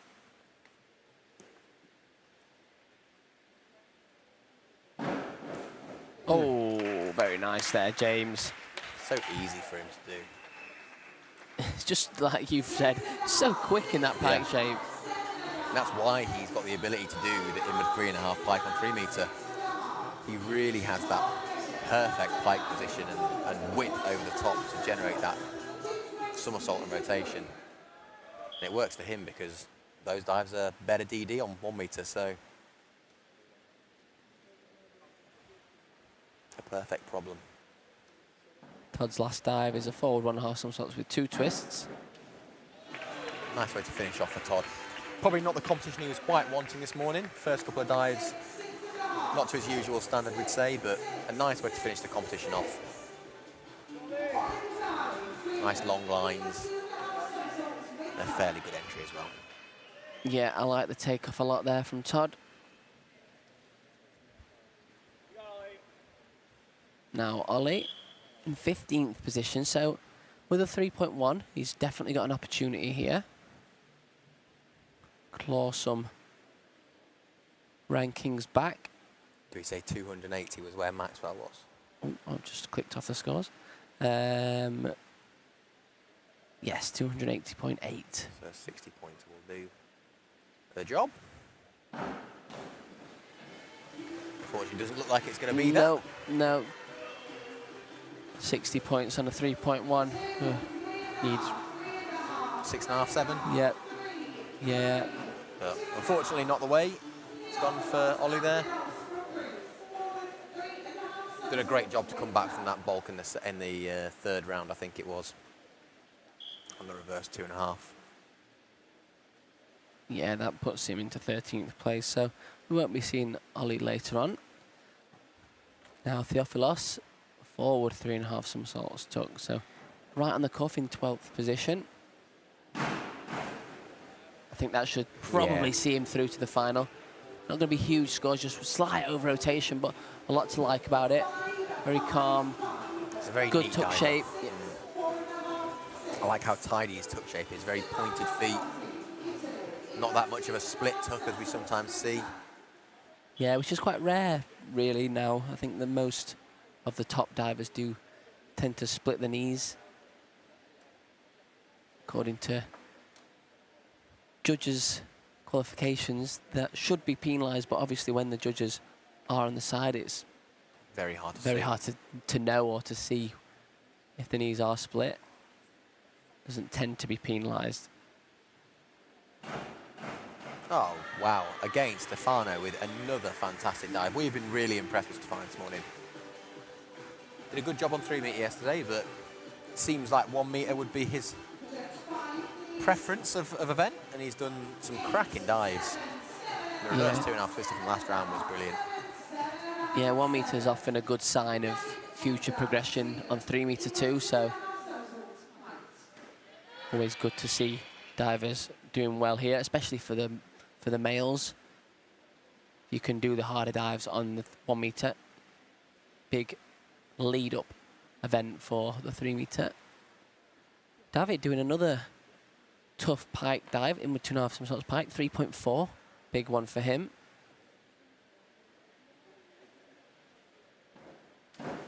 Not struggling with that at all. Yeah, over-rotating, so as you can see, he's probably stayed in that pike shape a little bit too long. Could have straightened out a little bit earlier. But again, good work from him. Should definitely be enough to see him through to the final later. Really exciting to see him doing these harder pike dives and doing them well as well. Yeah, that's what we want to see later on in the final too. We'll see some of these big dives. Now Ewan, reverse 2.5 to get him into the final. going to give him an opportunity. It's pretty good. It's going to be close. Okay, it's going to be very close. 0.6 behind, I believe. Yeah, 0.6 behind Maxwell.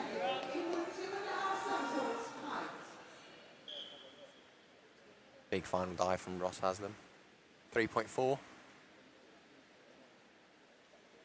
Yeah, currently has just under 4 points on Jordan. So a little bit of a scrap between them two, who goes into the final as our top ranking qualifier.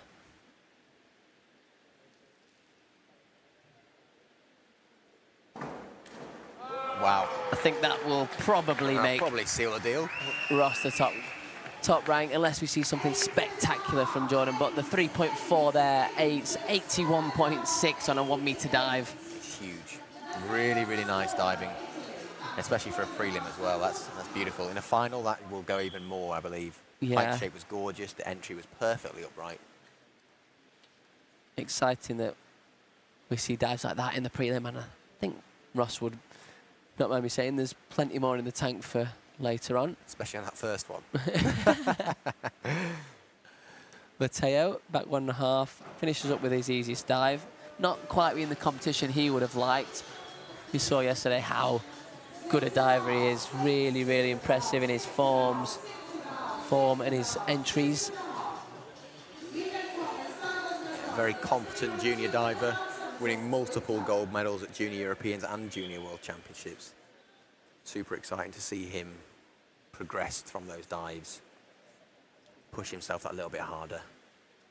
Because in a senior field, you unfortunately can't get away with just doing the easy ones. You have to start doing the harder dives to try and be competitive. Hugo was a man who knows about that. He's doing him with 2.5 somersaults tuck here. He's 14th after last round, but 60 points on this one. 6.5 sevens will give him an opportunity to get into the final. And I think... Close. I think that might do it. That'll do it, probably. Yep. Well done, Hugo, holding your nerve there. Never easy when you know, well, potentially know. Some of our divers do choose to look at the scores, know exactly what they need to do. Others try and keep away from it and just stick to the process, knowing what they have to do on each dive. Danny in 16th, 4.5 somersaults, 1 twist. Unfortunately, that's probably not going to see him through to the final. Yeah, that's a shame from Danny there. Really nice top. I loved how the somersault was moving, and just unfortunately, when he flicked out into that twist, it seemed like the momentum just died with it, which makes getting that entry really difficult. Over-rotated and never looked quite sure of the entry. Francesco has been impressive this morning. Again, another beautifully timed hurdle step. Very easy dive for him. 2.6 there to finish up. He was in 3rd after the last round. That lower degree of difficulty is probably going to drop him down a little bit, as James executed his big 3.4 very, very well.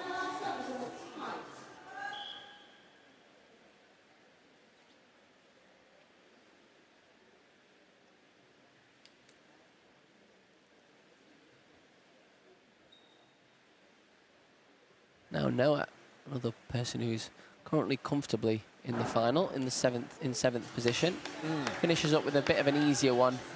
Again, we saw his 2.5 tuck in the inward and reverse directions in the last couple of rounds. Despite increasing his degree of difficulty, kept those very high in the execution marks still. Yeah, I'd like to see, he does the 405C. We've been so impressed with Noah's diving. I'd like to see him just maybe speed that up a little bit to show that class, not just make the dive, but make it easily and show off a little bit to the judges. Good finish there from Lachlan. Yeah, really nice. Had a few drop dives this morning, but some really good recoveries in the last 2 rounds. It's good to see. Hopefully we'll give him a load of confidence going into his next junior competitions coming up. So Jordan with his last dive, 3.2. He doesn't really make it look like a 3.2. Absolutely cruises around on this one. Or 2.5 somersaults with 1 twist. Should maybe start capping the DD on Jordan, I think.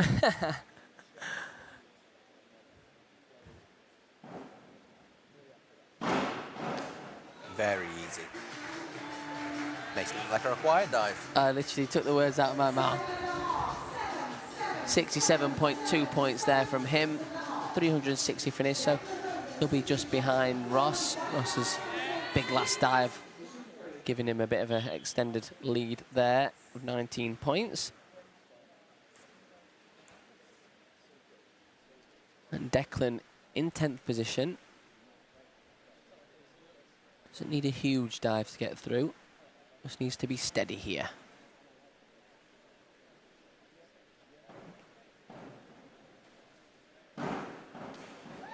Very nice. Really, really good confidence from Deck. Really consistent. That will definitely see him back through to the final later on. So well done to Deck. Great diving. And there we have our final results.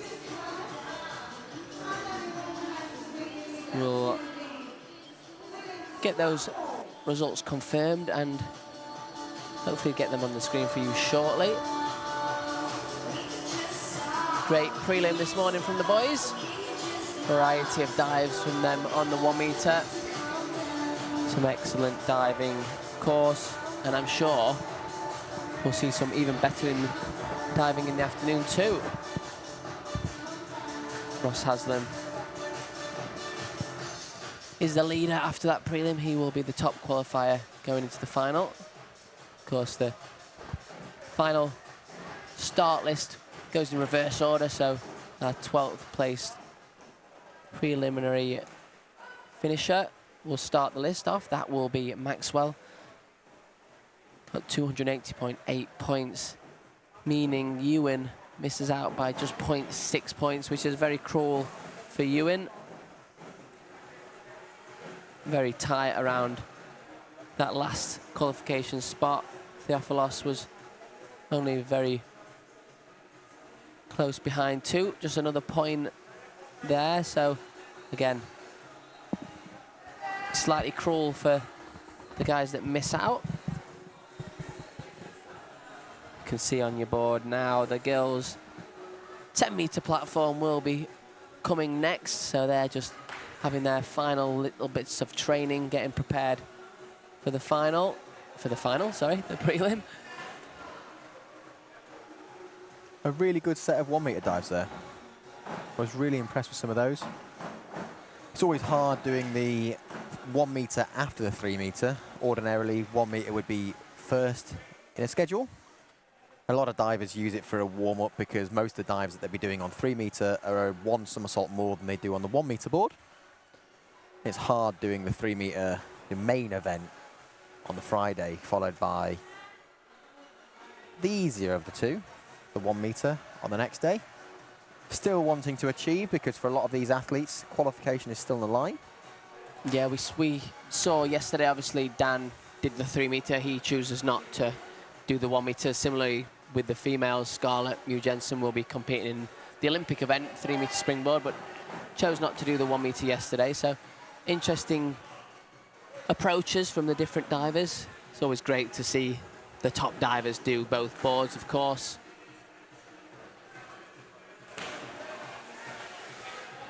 Yeah, some people just don't prioritise it as much due to it not being an Olympic event, but still medals up for grabs. Medals up for grabs, and I'll year. tell you something, getting a silver medal at World Champs last year felt pretty good. All these Commonwealth Games, European Championships and Games, World Champs all have that event in them. It's just the Olympic Games that doesn't have it in their schedule. Yeah, it'd be interesting to see if that ever changes, if we potentially had the introduction of mixed synchro, which looks to like it's been scrapped, the idea, a little bit. Yeah. Obviously diving, trying to look for more ways to be inclusive and diverse.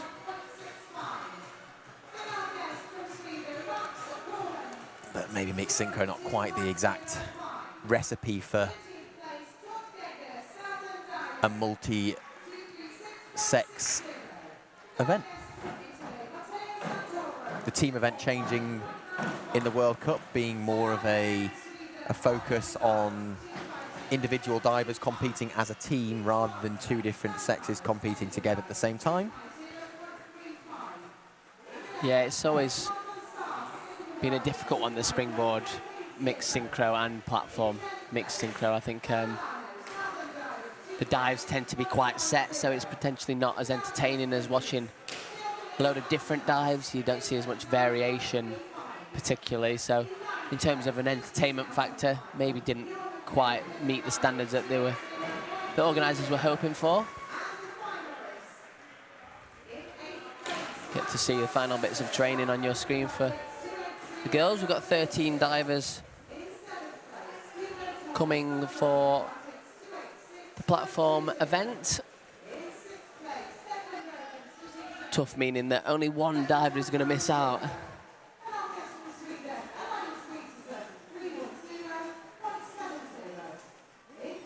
With only one guest as well.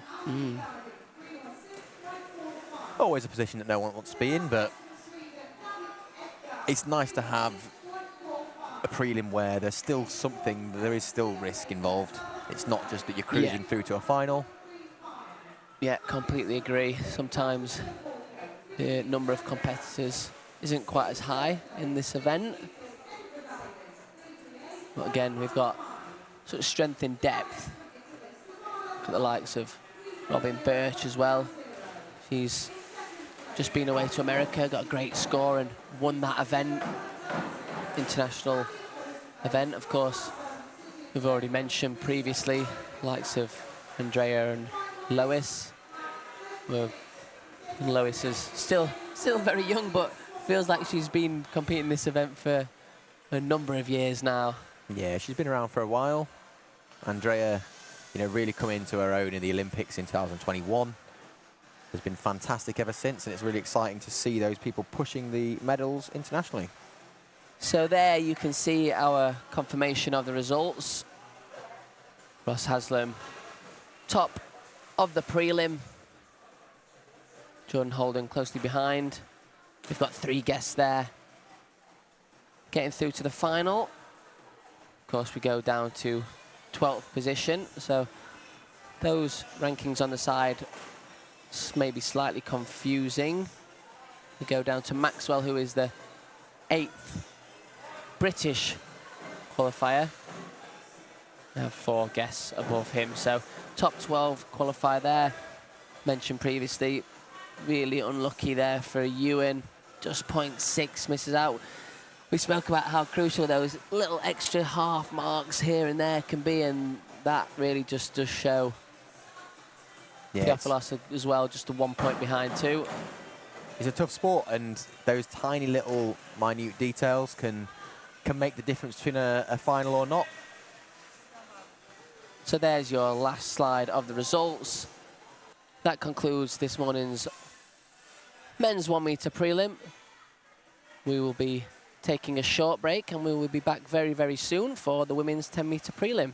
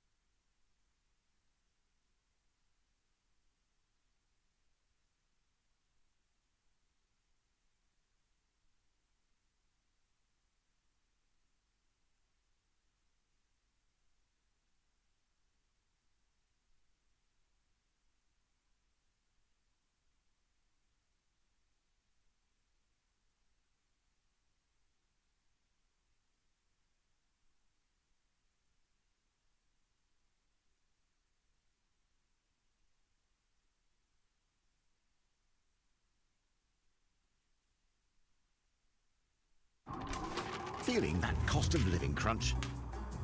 Labara are here to help. All I want is great customer service and network, but for less. That's why Labara gives you 15 gigabytes of 5G data and unlimited UK minutes and text for just £10 a month. Plus, no contract, change or cancel anytime. An excellent customer service. So what's stopping you joining the bill-busting revolution? Labara. More for less.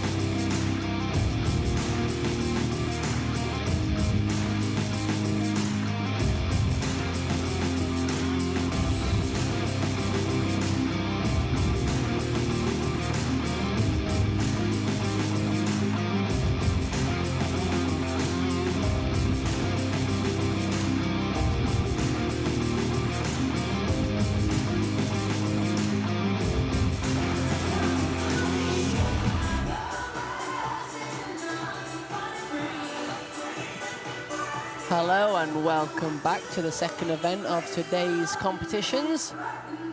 We're just about prepped and ready to get underway with the women's 10-metre prelim. We have 13 divers in this event, just the one guest in the women's 10-metre, so quite a few guests in our previous competition, the men's 1-metre event. Our guest kicks us off this competition, Irene Pesce from Italy. It is top 12 to qualify for the final. I'm Jack Haslam and I'll be taking you through the commentary again. And again, very happy to be joined by Jack Law sat next to me. Welcome, Jack. Bit of a nervy one for you now then. Lois up second in the start list, so right at the front of that start list. Yeah, and you mentioned 13 in it, 12 through to the final. There is obviously one person who's unfortunately not going to make it. I do hope it's not Lois. Of course. Yeah, it's going to be a good prelim. We've got some mega talent in Britain at the moment with Andrea, 2 bronze medals out at the World Cup, looking incredible, setting personal records, getting very close to that British record. She's looking unstoppable right now. And also balancing exams and school, which is always difficult for an athlete. So she's multitasking very well, handling herself really appropriately. A fantastic athlete and such an exciting prospect for the future. You forget how, with her diving maturity, you forget how young she is, still doing her A-level exams. Only came up on Thursday, I believe. A lot of the divers have been up in Sheffield training all week. So a little bit less preparation time for her, but we do have a lot of other juniors in this event, a lot of up-and-coming divers. Maisie Bond returning from an injury. She was absent at the Winter Nationals, had a back injury, so she's back in this competition. Almost got a full list up.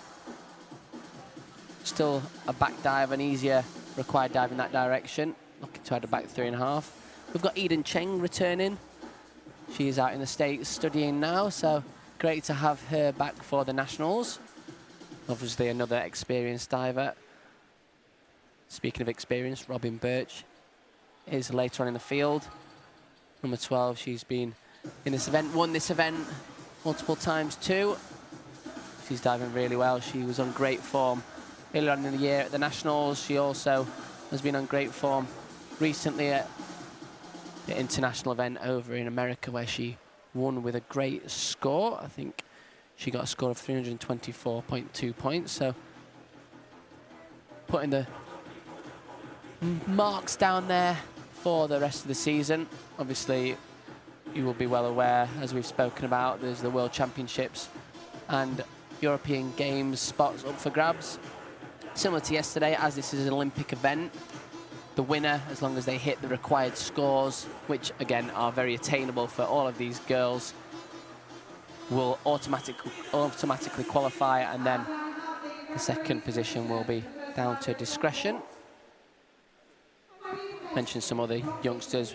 Juliet John's another one that I've been quite excited to see in the past. She's doing all the big dives up on 10 metre already.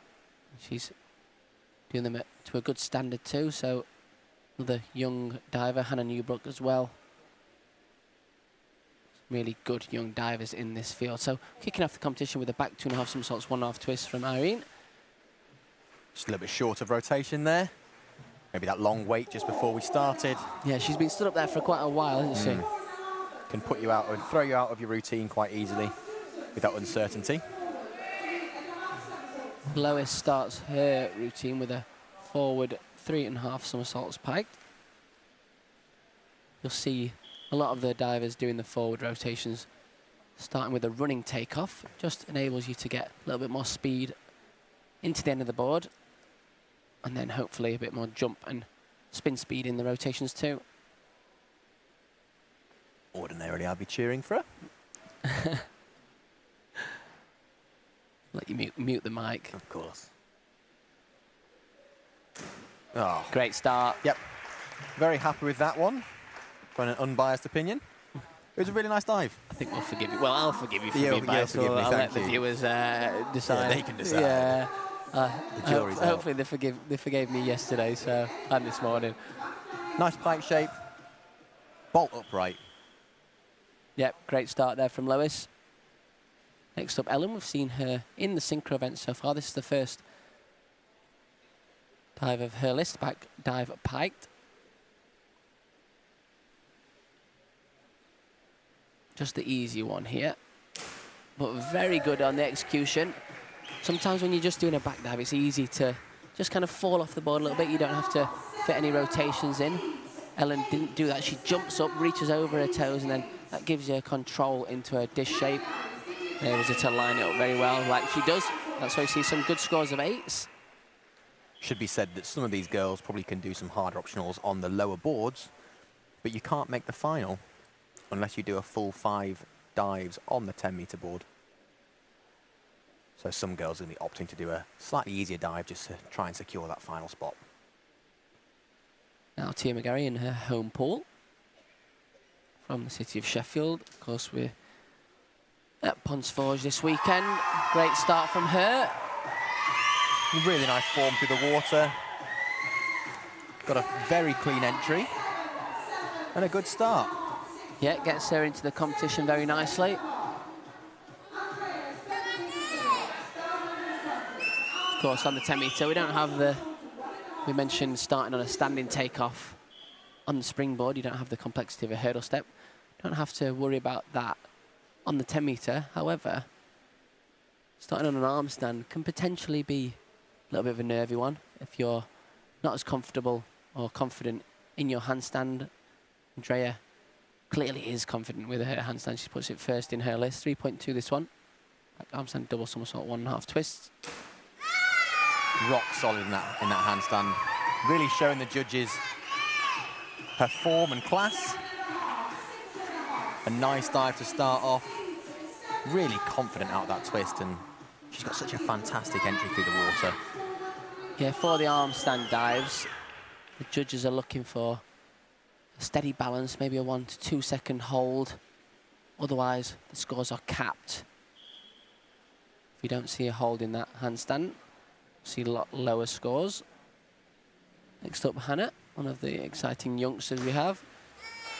Forward 3.5 somersaults piked. Slightly piked in the position as she hit the water there. Doesn't quite get the straight line that you need to get that rip entry. Just look a little bit slow on that rotation.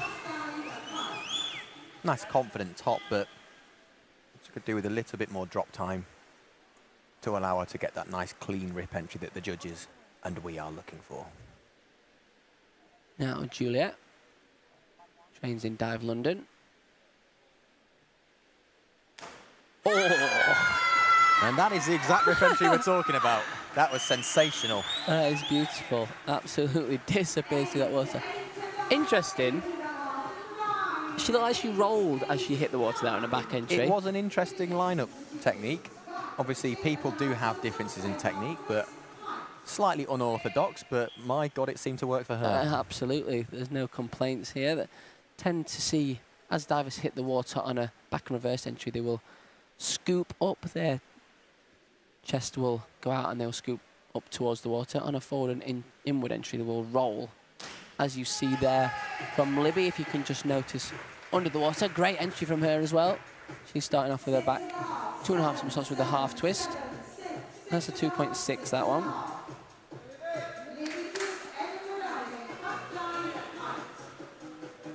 Next up's Libby. Seen plenty of her face so far. Of course, took the title in the synchro event with Ellen.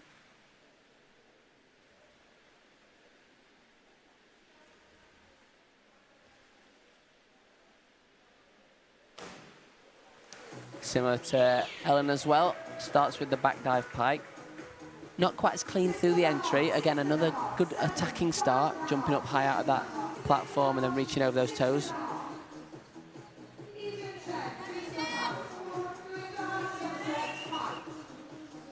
Eden up next. Competed in the synchronized event with Lois in the Olympic Games in 2021. Haven't seen much of her, obviously, being over in America. It'll be exciting to see how she's progressed. I believe she had ankle surgery just last year. Oh, I really like the takeoff and the shape there. She's got a beautiful pike shape as she's spinning around there. Yeah, I think with a bit of a cleaner entry there, we could easily have seen 9s plus. Just hit very slightly short. Throwing that splash up a little bit too much.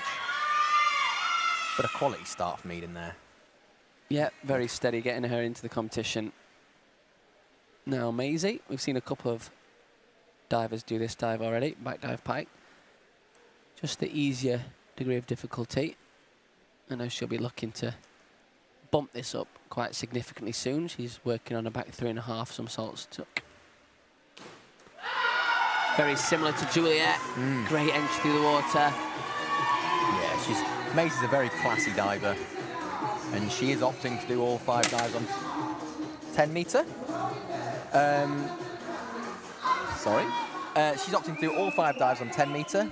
With that, she's going to have to do a slightly easier dive of a back dive. One good thing for the women on 10 metre is they have 5 dives, and they have 6 directions to choose from. You'll see a lot of the stronger, more experienced women opting to do the handstand for the high degree of difficulty, and potentially leaving out either backwards or reverse rotations. Nice to have that flexibility, I'd say. Yeah, I agree. It gives us a bit more variation to watch too. Robin, similar to Andrea. Arm stand back double somersault, 1.5 twists. Oh! Yeah, I really, really like that handstand. Robin, as a former gymnast, has always been so pretty when she's diving. Yeah, I remember having a handstand competition against her a few years ago. You're never going to win. You're never going to win. She's always been so strong, but it just looked like she just caught the water a bit funny there. Yeah, the start, it looked like she just kind of rushed for the entry. She wasn't expecting the pool to be as low as it was. Mentioned the running takeoff that we saw from Lois. Jess is doing the 2.5 somersaults, so she opts with a standing takeoff. Forward 2.5, so it's a bit lower down in the degree of difficulty, 2.3.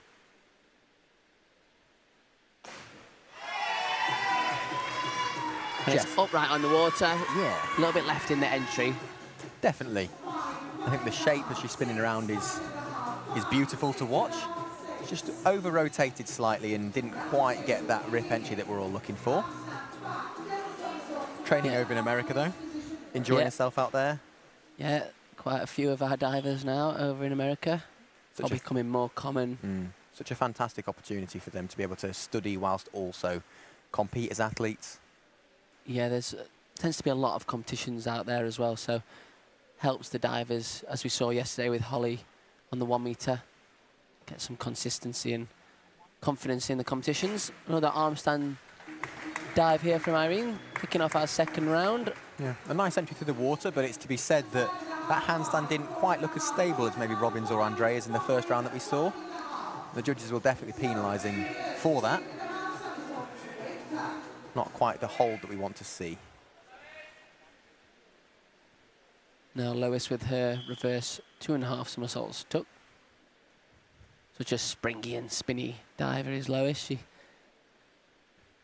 could definitely do this with an extra somersault if it was something she wanted to do. Obviously that would bring a massive extra risk though. This one, without wanting to jinx her, is relatively consistent usually.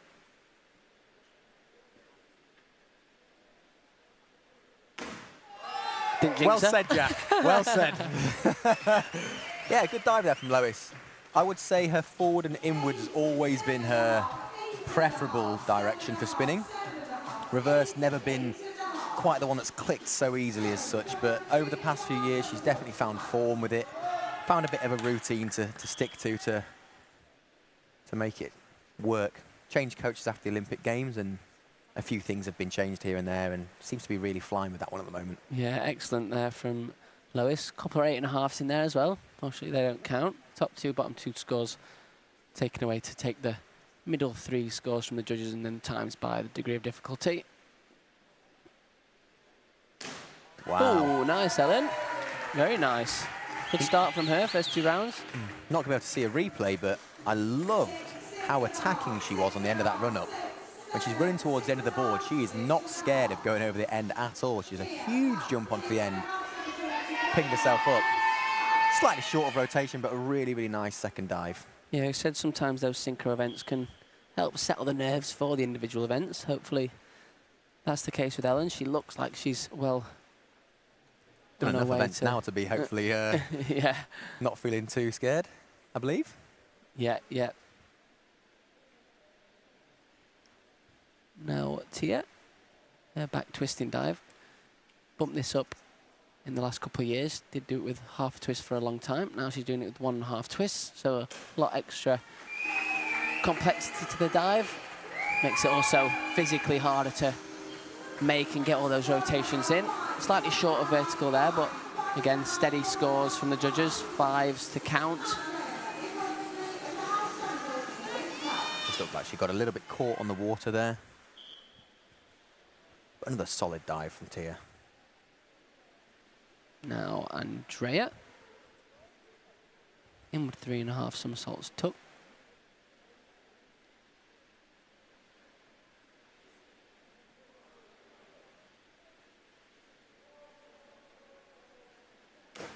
Oh, Jeezy peeps. What an end. I like that one. Easy beat. What an entry. That is sublime. It is to be said that, you know, being hypercritical, slightly back from the board, moving away. The judges will be noticing that, but what an entry through the water. She has got quite a pair of hands on her. Yeah, unbelievable dive there from Andrea. Rip entries are so impressive on the 10 metre, obviously coming down with such speed. Makes such a noticeable sound when the divers hit the water. Now Hannah. Again, another probably not quite as good entry as she would have liked. She actually just won the Youth Dresden International representing Team GB in the last couple of months, so clearly showing what she can do on the junior stage. Also came second at the junior elites in the Group A category. In the Group B category, Juliet won a silver medal too. So we saw in her first round the rip entry. Oh, Jeez. wow. Beautiful. The line is gorgeous through the water. Of course, being a junior, divers still compete the required dives. To be the simpler dives, the dives and 1.5s. So Juliet will be competing those first 2 dives in her junior meets this year. Yeah, and the required dives in junior meets carry through to the final, so it's really important to have the best requireds possible. Yeah, you only get 1 shot at those ones. Yeah, put you on the front foot in the finals. She's definitely impressed us with those first 2 dives anyway. Now Libby, City of Leeds. Looks like she got a little bit of a strange tuck shape there. Maybe not quite what she's looking for. Meant the come out was difficult for her. When you've got one arm slightly higher in that tuck shape, it can cause a bit of counter movement either side. Didn't look quite as certain as she usually is on the end of that one, but still no disaster at all. Yeah. It's her first senior nationals as well, so hasn't had the other events to warm up in. Yeah, pressure on straight away, I guess. Straight into the individual event. Libby has had benefit of warming up in this event in the synchro. She's doing her different variation of an arm stand double somersault pike. Very nice execution there from her. Nice and tidy. Nice handstand hold as well, I think. Yeah, the judges relatively happy with that. 6.5 to count there. Maybe finishing the dive just a little bit higher, attacking that start a little bit more, just help us see even higher scores, but very, very nice dive from her. Now Eden, good first round dive, just probably didn't get the entry we know she can do. See if she can get that entry on this in with 3.5. 3.2 this one.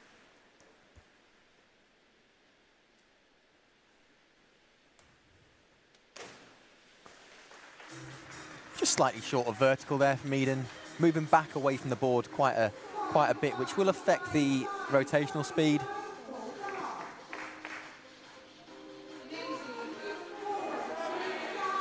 Still managed to find almost upright and still salvage a good few points from the judges as well. Yeah, we will see Eden doing back 3.5 later on in the competition as well. So that's the biggest dive in this competition, 3.3. Obviously, with that extra DD comes the extra risk. We've seen her do it really well in the past. We've also seen her have unfortunate accidents in the past at this competition too. So hopefully we see the former. Good one this morning. Maisie Bond, forward 3.5 somersaults pike. Yeah, really good from Maisie. Coming back from a back injury. She's had a bit of a rough start to her junior career as such a talented diver. Problems with knees and issues with the back. But she's a great athlete. Strong, motivated competitor. Yeah, won medals and titles at a lot of junior events, junior European champion. One to definitely look out for in the future. Yeah, she also did win the junior elites a couple of months ago. Wasn't sure whether she was going to compete. It was a bit of a last-minute decision. She wanted to compete, and I think it turned out to be a big confidence boost for her. Now Robin, back 2.5 somersaults pike. The most recent addition to her list. She used to do this, well, her 5th dive used to be a reverse 2.5 somersaults. She's now changed to back 2.5 somersaults, 2.9. Slightly higher DD on the back 2.5 pike, but weirdly not utilised as much as you think. People opting for the reverse 2.5 over the back 2.5. But that was a beautiful demonstration of a 205B by Robin there. Great shape spinning around, and a good entry as well. Yep, now Jess. She starts with an inward 2.5 somersaults pike. The second dive is an inward 2.5 somersaults pike. She started with a forward 2.5 somersaults, so she's spinning around. Same dive, different direction. Again, nice lead up for the second one, I guess. Yeah, steady dive for her. Probably not the scores that she would necessarily want. 4.5s there from her. So that concludes round 2. On to round 3. Back to our guest, Irene. Another 3.2.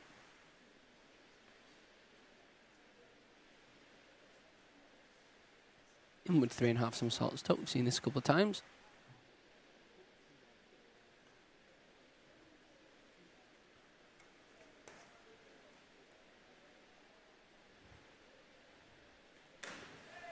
Pretty good there. I like the attack on the start. Great ankle pop. You see the divers will usually go up onto their tiptoes, drop their heels, and then try and get a spring out of their feet. Yeah, it just seems to, the somersault rotation seems to slow down towards the second and third somersault, making that kick out a little bit more difficult. Now Lois with her arm stand dive.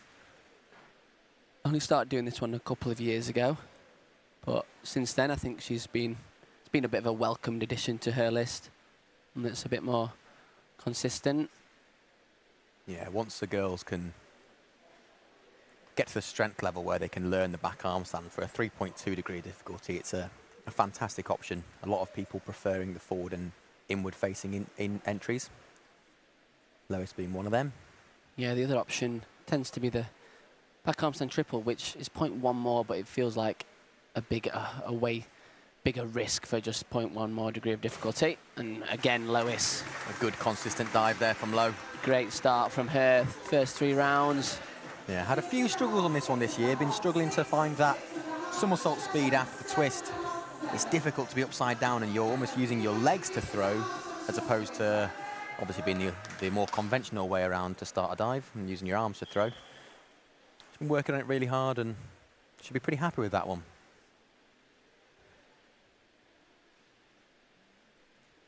Now, Ellen, been impressed with her so far. Obviously, the first round dive was low down the degree of difficulty, but last round dive, very nice.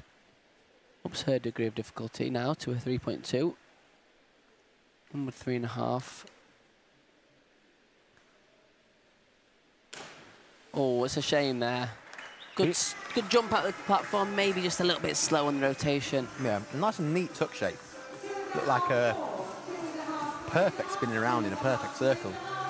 But you're all right, just a little bit slow. I believe that's a fairly new addition to her list and one that should only get better in time. Yeah, like you said, the tuck shape, very, very nice to watch. We've obviously seen her entries in the previous dives, so those fundamental techniques will hopefully come together and see her nail that in the future. Hopefully today if she gets through to the final. Now Tia McGarry, forward 3.5 somersaults pike this time. Tia been struggling with a bit of an Achilles problem over the past couple of days, but didn't show any signs of that there. Just didn't quite finish that dive off the way that she wanted to. A little bit low to the water. Makes it hard to find that upright entry through the water to really keep the splash down, but not bad at all. Now Andrea with the same dive. Doesn't necessarily struggle to find those upright entries. Andrea, one of her many talents.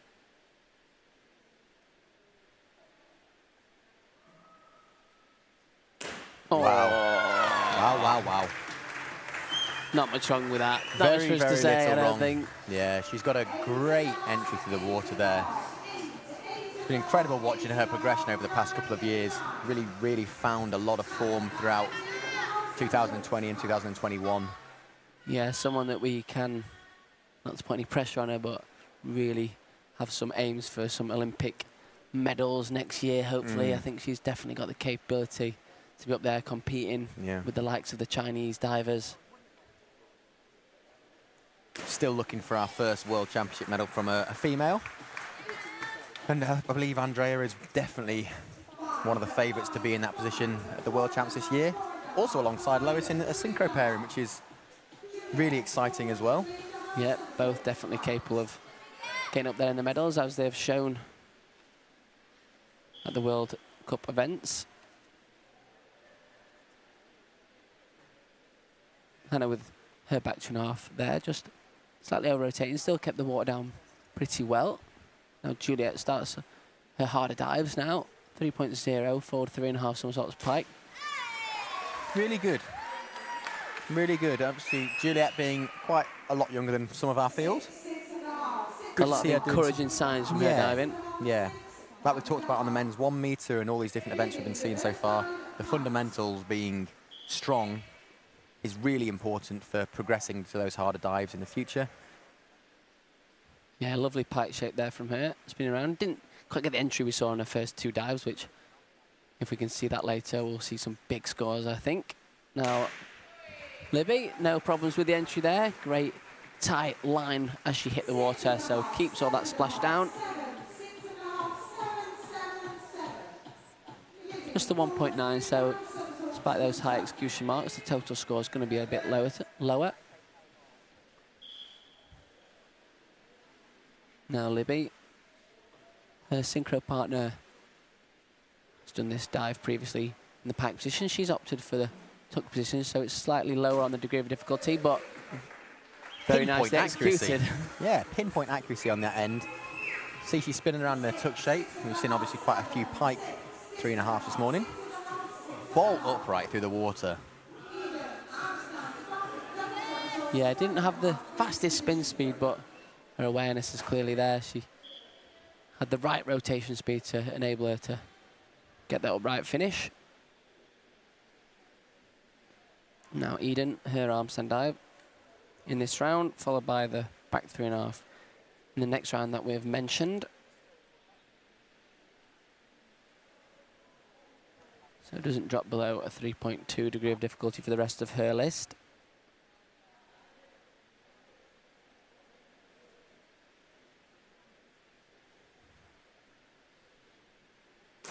No, I really like that from Eden there. Yeah, good attack out of the handstand. Takes a lot of strength to be able to bend those arms, flick those legs and almost get up out of the platform rather than just dropping down. Eden definitely does that there. Yeah, good jump off her hands. Really looks strong and confident through that twist off into the pipe shape. A nice clean entry as well. Still could take that water down just a little bit more like we've seen Eden do in the past, but a really nice consistent third dive for Eden. Good to see her competing again after that surgery earlier in the year. Now Maisie back 2.5 somersaults, 1.5 twists. Obviously only a junior competitor, but another one of her relatively new dives. Important dive to have in this list. It's one that a lot of divers tend to be quite confident with, and Maisie with another great entry there. Yeah, amazing entry by Maisie. She's had her struggles with learning that dive, it's to be said.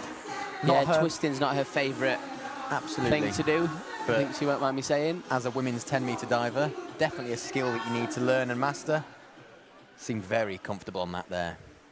7.5s and 8s across the board is a lovely dive. Yeah, all the work that her and her coach, Tom Owens, have been doing has clearly paid off there. Great scores to match.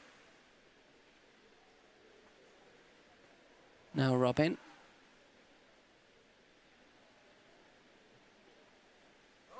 In with 3.5.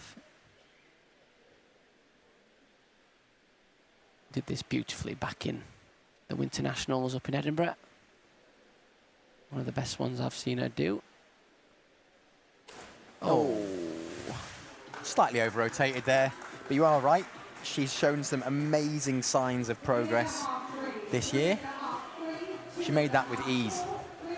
Yeah, she used to come out this dive straight from a tuck shape, what we call a pop out, where you go from your tuck shape straight to your straight line, whereas now she's making it that easy that she can come out through that pipe shape, have a look at the water and get her entry. Unfortunately, she just come out a little bit too late there and rolled over from vertical.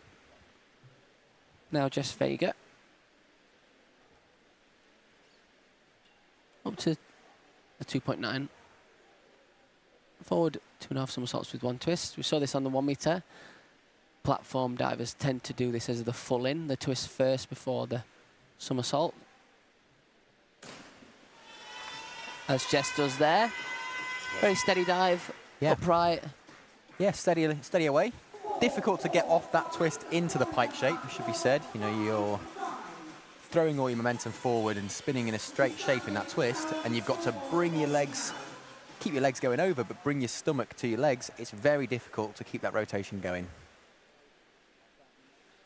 Does a good job. After 3 rounds, our leader is Andrea from Dive London, 225 points, 30 points behind her lowest, or 29.5 should I be more precise. Then in 3rd place currently is Eden. There's obviously going to be 12 people going through to the final, so currently Jess Vega will be the person that misses out. Obviously it's going to be very harsh on one person to miss out, but like you mentioned before the competition, Jack, that it's good to have something riding on this for the girls. Sometimes when you have a prelim and everyone goes through to the final, it cannot feel as much of an important competition, but it's definitely important that these guys get used to having the pressure that a prelim brings. Obviously, at world international competitions, you're still going to have to make sure your prelim is at a good standard to make it through to the next round.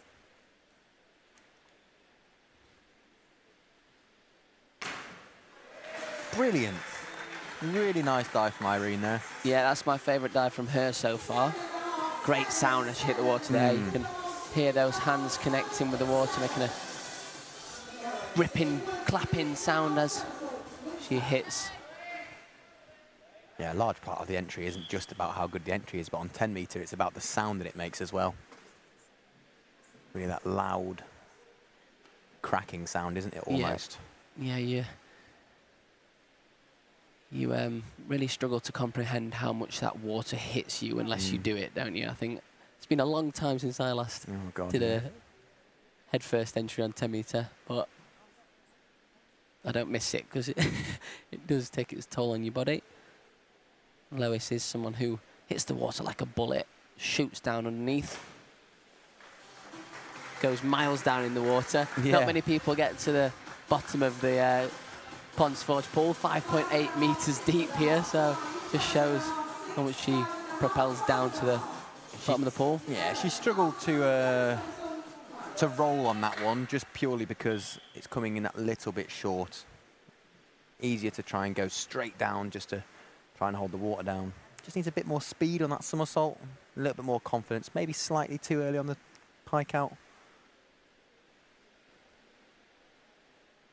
But still, steady away. Yeah, she's going to be comfortably through to the final anyway. Another opportunity later on to get that dive right. Ellen, another good dive from her. Nice hold in the handstand. Had a bit of a drop in the last round. First 2 rounds were good. That's going to help her recover a little bit.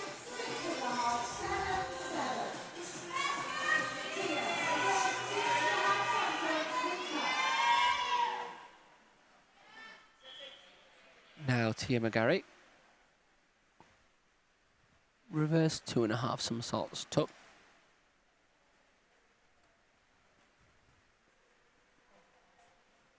Finishes up with 2 backward spinning dives. This one's reverse. Next one is back 2.5 somersaults pike.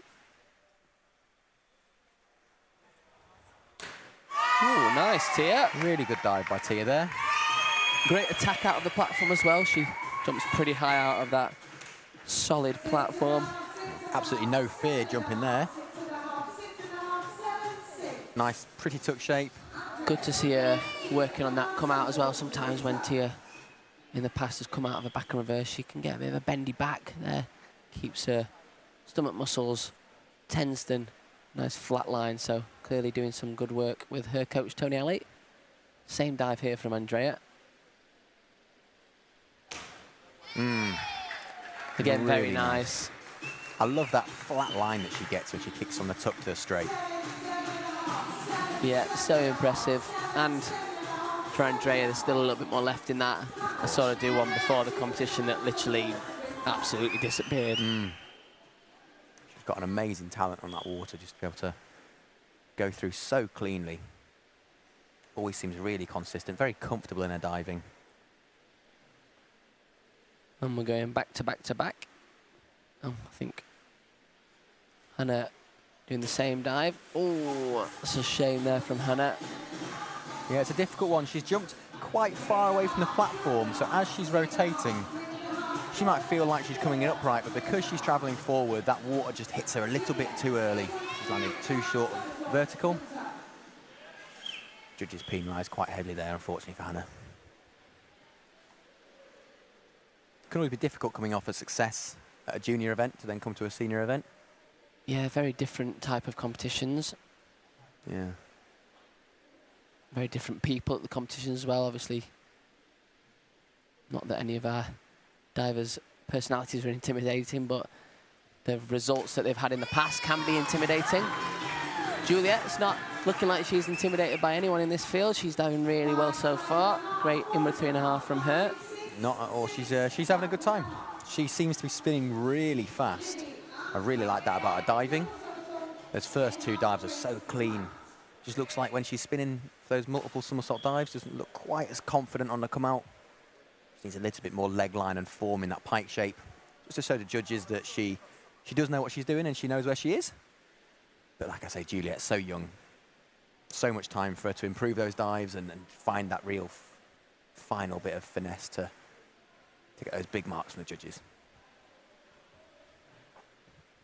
Now, Libby, Jack, you've mentioned this is her first senior nationals. Currently in 12th position. This one, she's doing a back arm stand somersault with half twist. We've seen this with 1 half twist so far. First time seeing it with half twist. She's just left that a little bit short. Might have needed a slightly deeper repike into that to be able to bring those hips over to get the entry that she wants. She's not going to be happy with that one because that is one of her better dives. But obviously with that competition adrenaline, just you get a bit more speed and you start thinking maybe I don't need to dig as deep. Yeah, you can sometimes overthink it. Obviously it's good that she's clearly aware that she might make the dive a little bit easier in a competition with that extra boost. Just potentially overcorrected there. Now Libby in with 2.5 somersaults pike. Consistent again from her. Yeah, keep saying that. I think said every it single one has throughout. been pretty much perfectly upright. Yeah, very good diving from her. Again, neat and tidy, great pike shapes, good body line. Just can keep that water down a little bit more to get even higher scores from the judges, but I feel like the comments have been very similar throughout her whole list, so consistency is clearly there, and consistency is such an important factor in diving. You should hopefully see her get through to the final if she continues in the last dive. Now, the big one for Eden. Pack 3.5, 3.3 degree of difficulty.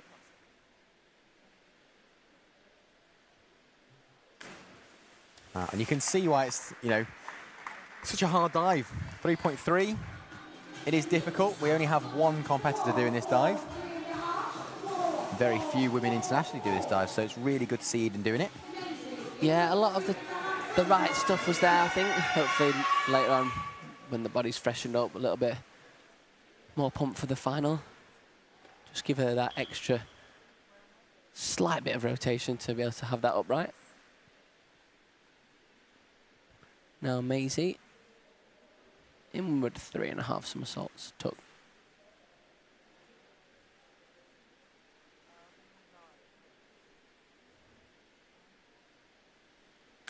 Wow. Nice Maisie, like it.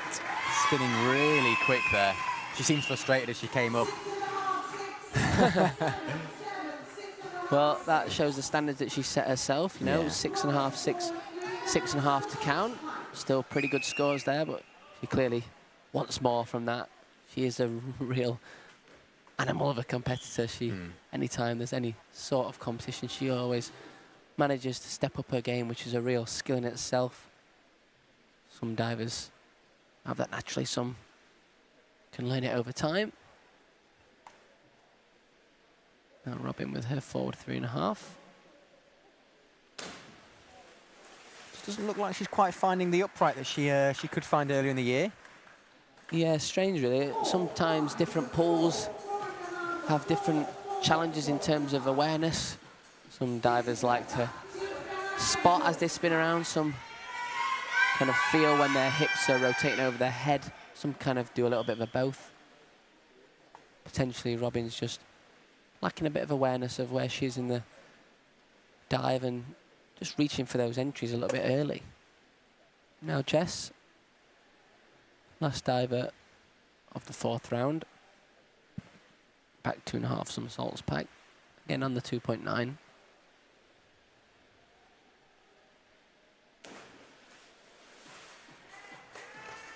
Now that's a shame there from Jess. Just left it short of vertical. Going to leave her with a bit of work to do to get through to that final. She's 5 points behind Libby. Looks like it may be a battle between those two, a little personal battle for that final qualifying spot for the final. But one more round to go.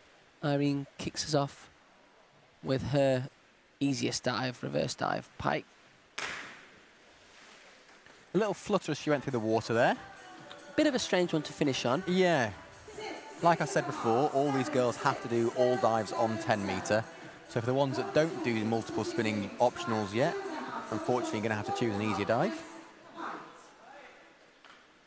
That rule's been set in place so we don't have people using the lower boards, and we try and keep it as close to what an Olympic event would be. Now Lois to finish off her list. 248, so with a good dive here, she looks like she's going to cruise over 300, which is a good benchmark score for her this morning.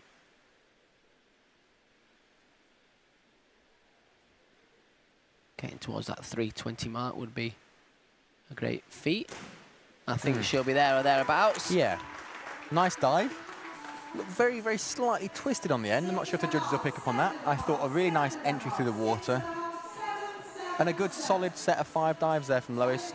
Little bits in all of them that can be improved on the final. Yeah, that's probably maybe a good place to be though. Yeah. I think setting up for this afternoon's final.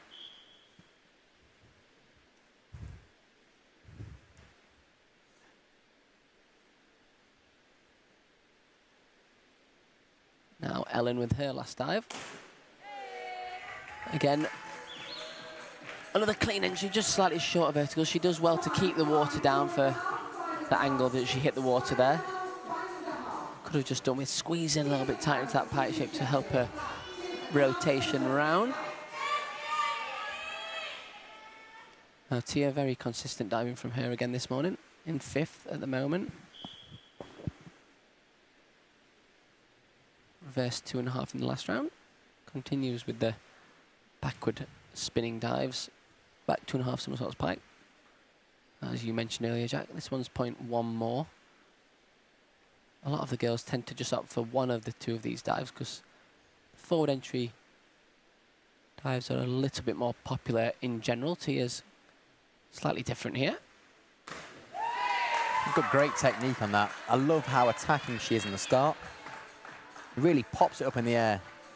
Yeah, kicks her feet out very confidently. Just over-rotate a little bit. Just why we're only seeing the 5.5s. But I think Tia will be pretty happy with this morning's prelim. Looks like she's going to be very comfortably through to this final, probably towards the top end of the list. Now Andrea. Got some big scores over in Jian in Canada, up around the 360 mark. This is my favourite dive that she does. Really great water work. Coming in a little bit short, it's to be said on that, but she's so clever with the way that she goes through the water. I mean, 3:55 in the morning is fantastic. It really is, and that's going to be, you know, those kind of scores are going to be pushing for world and Olympic medals. There's no doubt about that. Yeah, excellent to see from Andrea. Really, really exciting diver. It's one thing having the ability to actually do that, but to do it multiple times and find that consistency is so exciting for the sport. Now Hannah finishes up with the same dive. That's much better from her. A bit of an up and down list from her. We mentioned her junior feats this year so far. Diving really well at the junior meets. Here at the senior nationals, she's had a bit of an up and down prelim, but she'll have another opportunity to show off her diving skills later on. As will this young athlete, Juliet.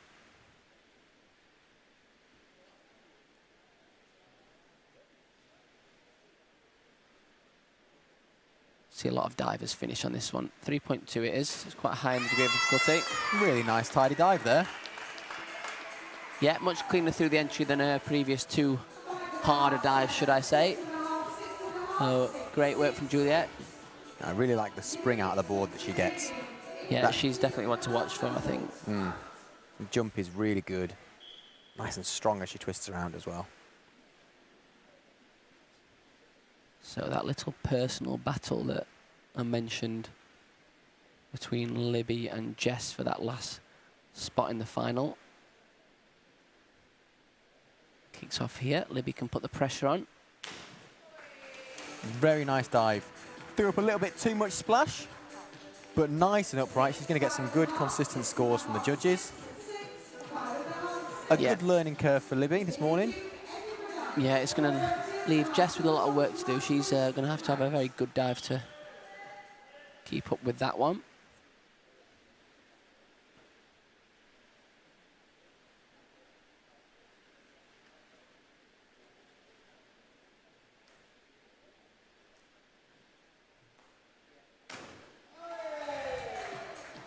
We're going to repeat what we said for the first one. Really, really consistent set of dives from Libby there. Excellent diving from Libby. Really enjoyable to watch.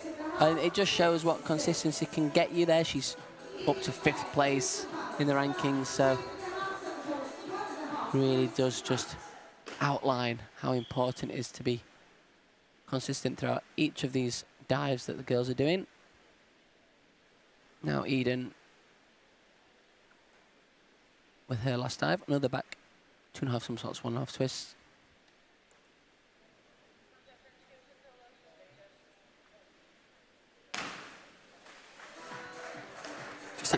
Go on. Similar to the first few of her dives. Again, I really like the takeoff. I like how she stands up so straight on that takeoff. Makes an excellent twist in position and then repacks really well. Just almost looked like she rushed that straight line on the entry, kind of shut out, so she was at a little bit of a short angle.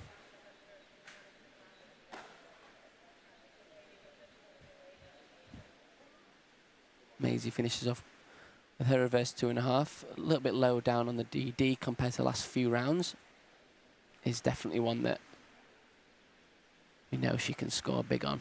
Tonya Couch used to finish on this dive. She was confident that when it came down to it, it was one of the dives that could get her big scores from the judges. Maisie Bond, very similar there. Excellent diving from her. Near that 300 mark with one required. She'll be happy with that this morning. You know, she seems like she's not happy with anything but perfection, but that is a great asset to have as an athlete, is always striving for those perfect scores. Really nice, consistent diving from Maisie.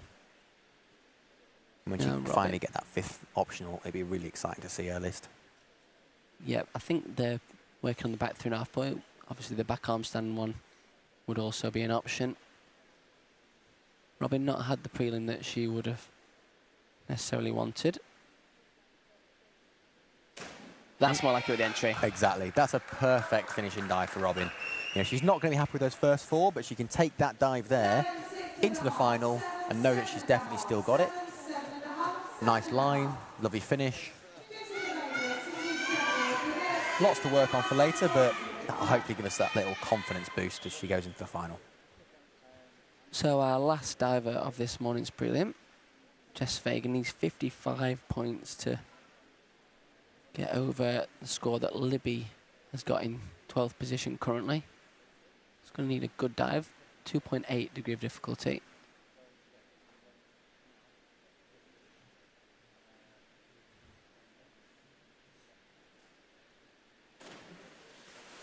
Unfortunately, I don't think that's going to be enough to get her into the final this afternoon. Yeah, it's been a hard morning for Jess there. I know she's had some struggles putting the dives back up again.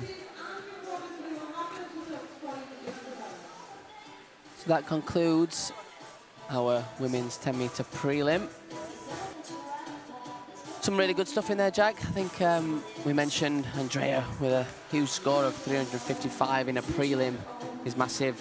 Lois as well over that 300 mark, which is a great benchmark, 315 points.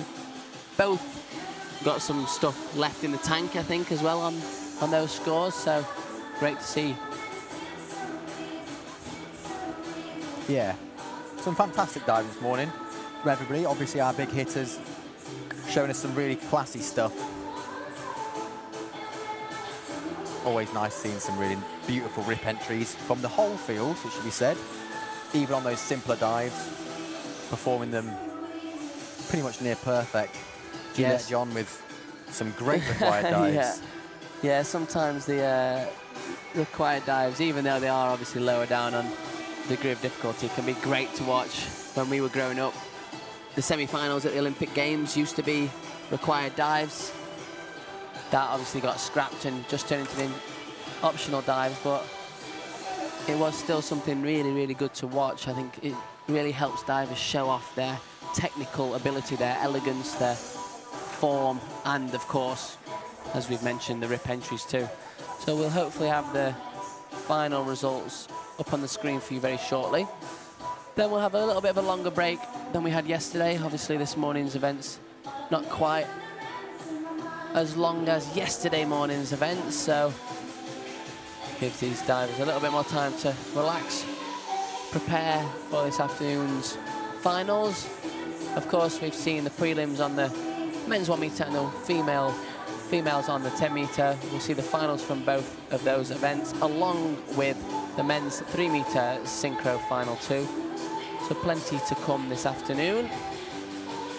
That first session will kick off at 4 o'clock, and that will kick off with the men's 1 metre springboard. So plenty to come today, and then of course we've still got tomorrow's events. We have the men's 10 metre and the women's 3 metre men's 10 metres always on the last day, sometimes seen as the staple event. I think sometimes men's 3 metre as well is... yeah, well, I mean, obviously men's 3 metre, I will say from a biased point of view, is a great event, but the pinnacle of diving is always the men's 10 metre event.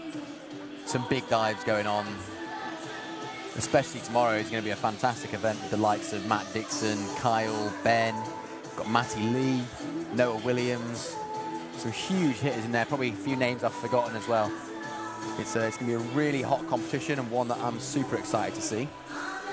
But today we do have some great finals coming up. We've got obviously both the men's 1 metre final, which hopefully will turn up the heat a little bit from this morning. We'll see some really big dives on such a low board, followed by some beautiful ones on 10 metre from the women as well.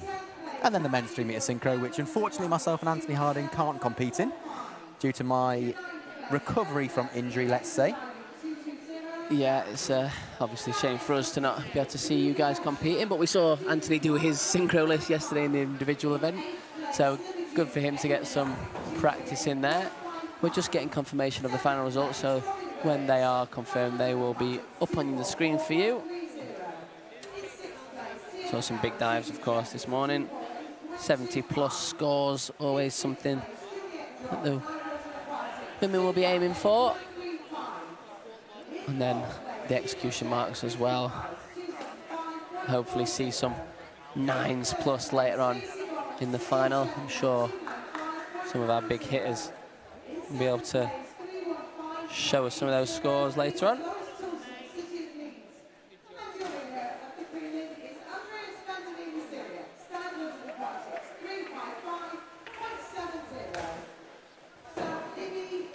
Scores up on the board here. So there you go. As you see, we've previously mentioned the score, but there you have them for your eyes to see. That's our top 8 qualifiers. Real hot competition. Of course, we have the World Championships and the European Games qualification spots up for grabs. So our selection committee will be hotly watching these athletes competing. And then the second slide, see, unfortunately for Jess, just missing out on that last spot. It's the top 12 overall. She's a 12th ranking Brit, but we have the Italian guest Irene up there in 9th overall too. So there you have your final results from the women's 10 metre prelim. We're going to take a little bit of a break,